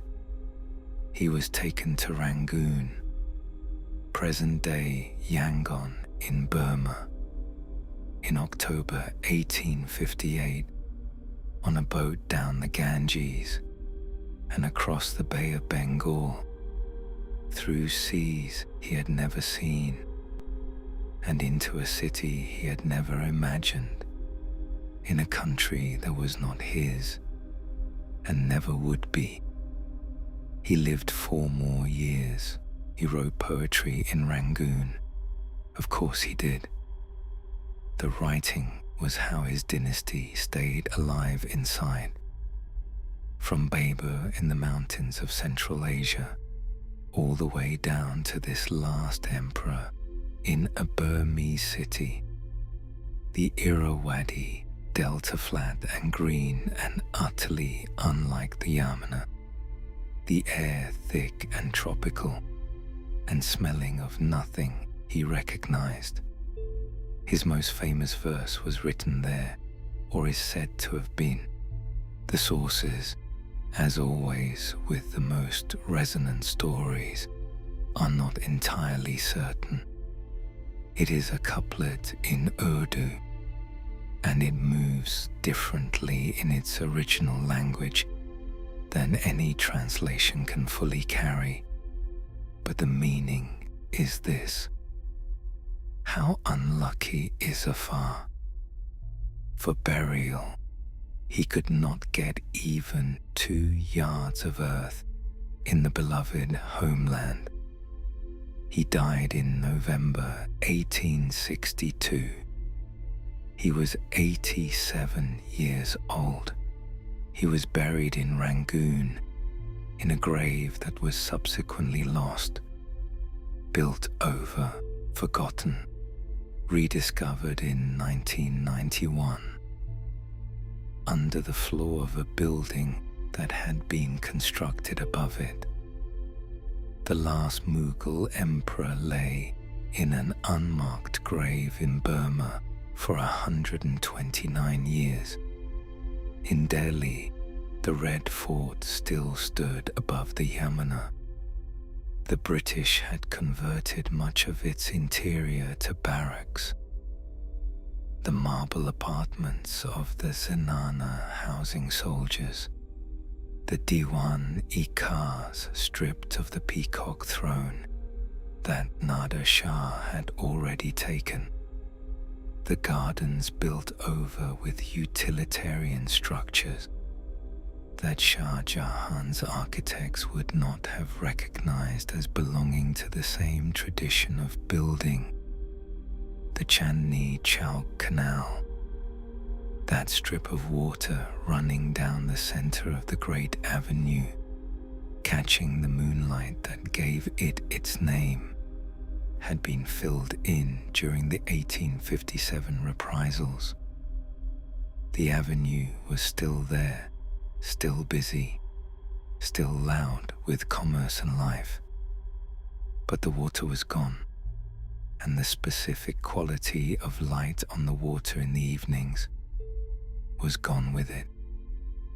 In Agra, the Taj Mahal had been used as a barracks and a retreat house during the years of the company's governance.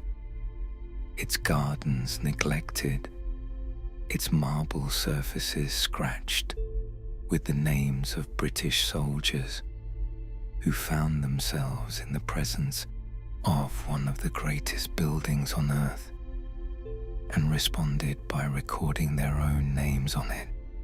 That irresistible human need to say, "I was here," in the face of something that will long outlast the saying. Lord Curzon, Viceroy of India at the turn of the 20th century, undertook a major restoration, replanting the gardens, repairing the fabric, returning something of the building's original condition.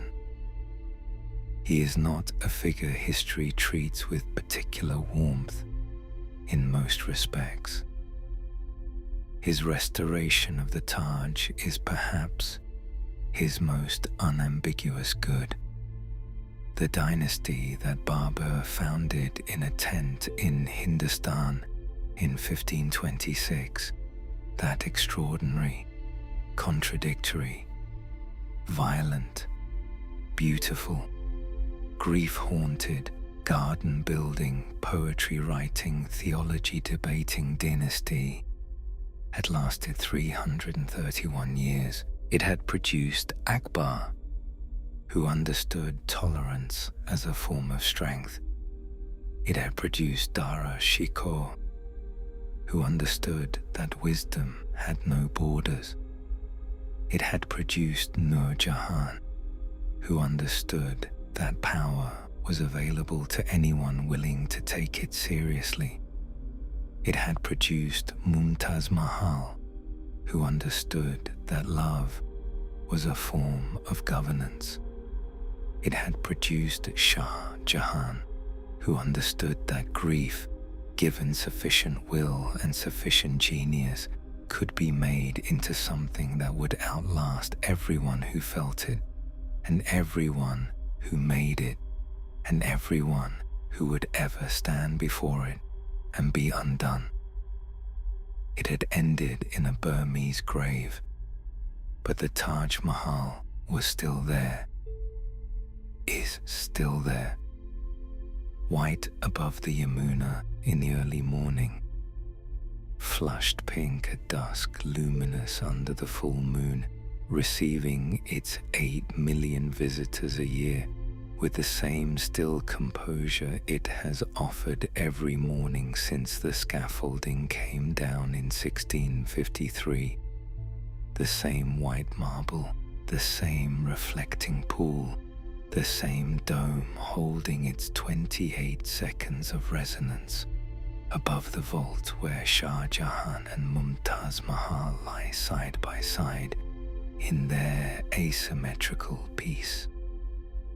The river moves below, the light changes by the hour, the building remains. It is very late now, the last visitors left hours ago. The 8 million of them moving through the garden in their daily river, cameras raised, stopping at the end of the reflecting pool in the spot where the dome and its reflection form that perfect oval. Taking the photograph that everyone takes because everyone needs to take it, because some things require the gesture of recording, even when you know the recording will not hold what the thing itself held. They are gone now. The garden is quiet. The gardeners come before dawn, They had been coming before dawn for 370 years. Not the same gardeners, not the same hands, but the same work, the same attention to the same flower beds, the same tending of the same char beg that Shah Jahan's gardeners first planted in the years when the marble was still new and the grief that made it was still raw. The water channels are cleared, the fountains are checked, the cypress trees stand in the darkness in their formal vertical posture, patient and still. The Yamuna moves below the northern wall. It is not the river it was. Decades of upstream diversion and industrial use have reduced it. Lower, slower, its color changed from the grey-green of Shah Jahan's time to something darker and more troubled. There are plans to restore it. There are always plans. The river moves regardless, carrying whatever it carries, passing the white building on its bank with the indifference it has always shown to human intention. The marble does not mind. The marble has been here longer than any of the plans. Think about what this building has seen. It has seen the Mughal Empire at its height and its collapse. It has seen the East India Company and the British Raj, and Indian independence on the 15th of August 1947, when a new nation came into being in the landscape that Shah Jahan had governed, and the building was still there, still white, still the same. It has seen 2 world wars that it had nothing to do with, and survived both without a scratch. It has seen 8 million people a year since tourism became a thing that 8 million people a year could do. And before that it saw merchants and pilgrims and emperors and soldiers and poets and every variety of human being that the centuries produced. It has seen every quality of light that the North Indian sky offers, every monsoon, every winter fog, every spring morning when the air is clean and sharp and the dome seems closer than it should be, every summer afternoon when the heat haze makes it shimmer slightly as though it is breathing. It has been photographed more than almost any structure on Earth. It has appeared in films and paintings and poems in every language. It has been called the most beautiful building in the world by people who had seen most of the world's beautiful buildings and disagreed about almost everything else. None of this is what it is. What it is a man's grief, specific, personal. The grief of one particular man for one particular woman, a woman who had held his imperial seal and borne his children and counseled him through rebellion and stayed beside him in the dust and heat of the Deccan campaigns when she did not have to. A woman who died in a tent in the Indian summer and asked with her last request for something proportional to what she had been and what she had meant. He built her this. 22 years, 20,000 hands. The lapis lazuli of Afghanistan and the marble of Rajasthan and the theology of paradise and the 28 seconds of resonance in an acoustic dome that was engineered to hold sound the way grief holds sound, long after the source has stopped, long after you have told yourself it is done, still present, still faintly vibrating in the air. He built her the throne of God, and then he spent 8 years looking at it from a window.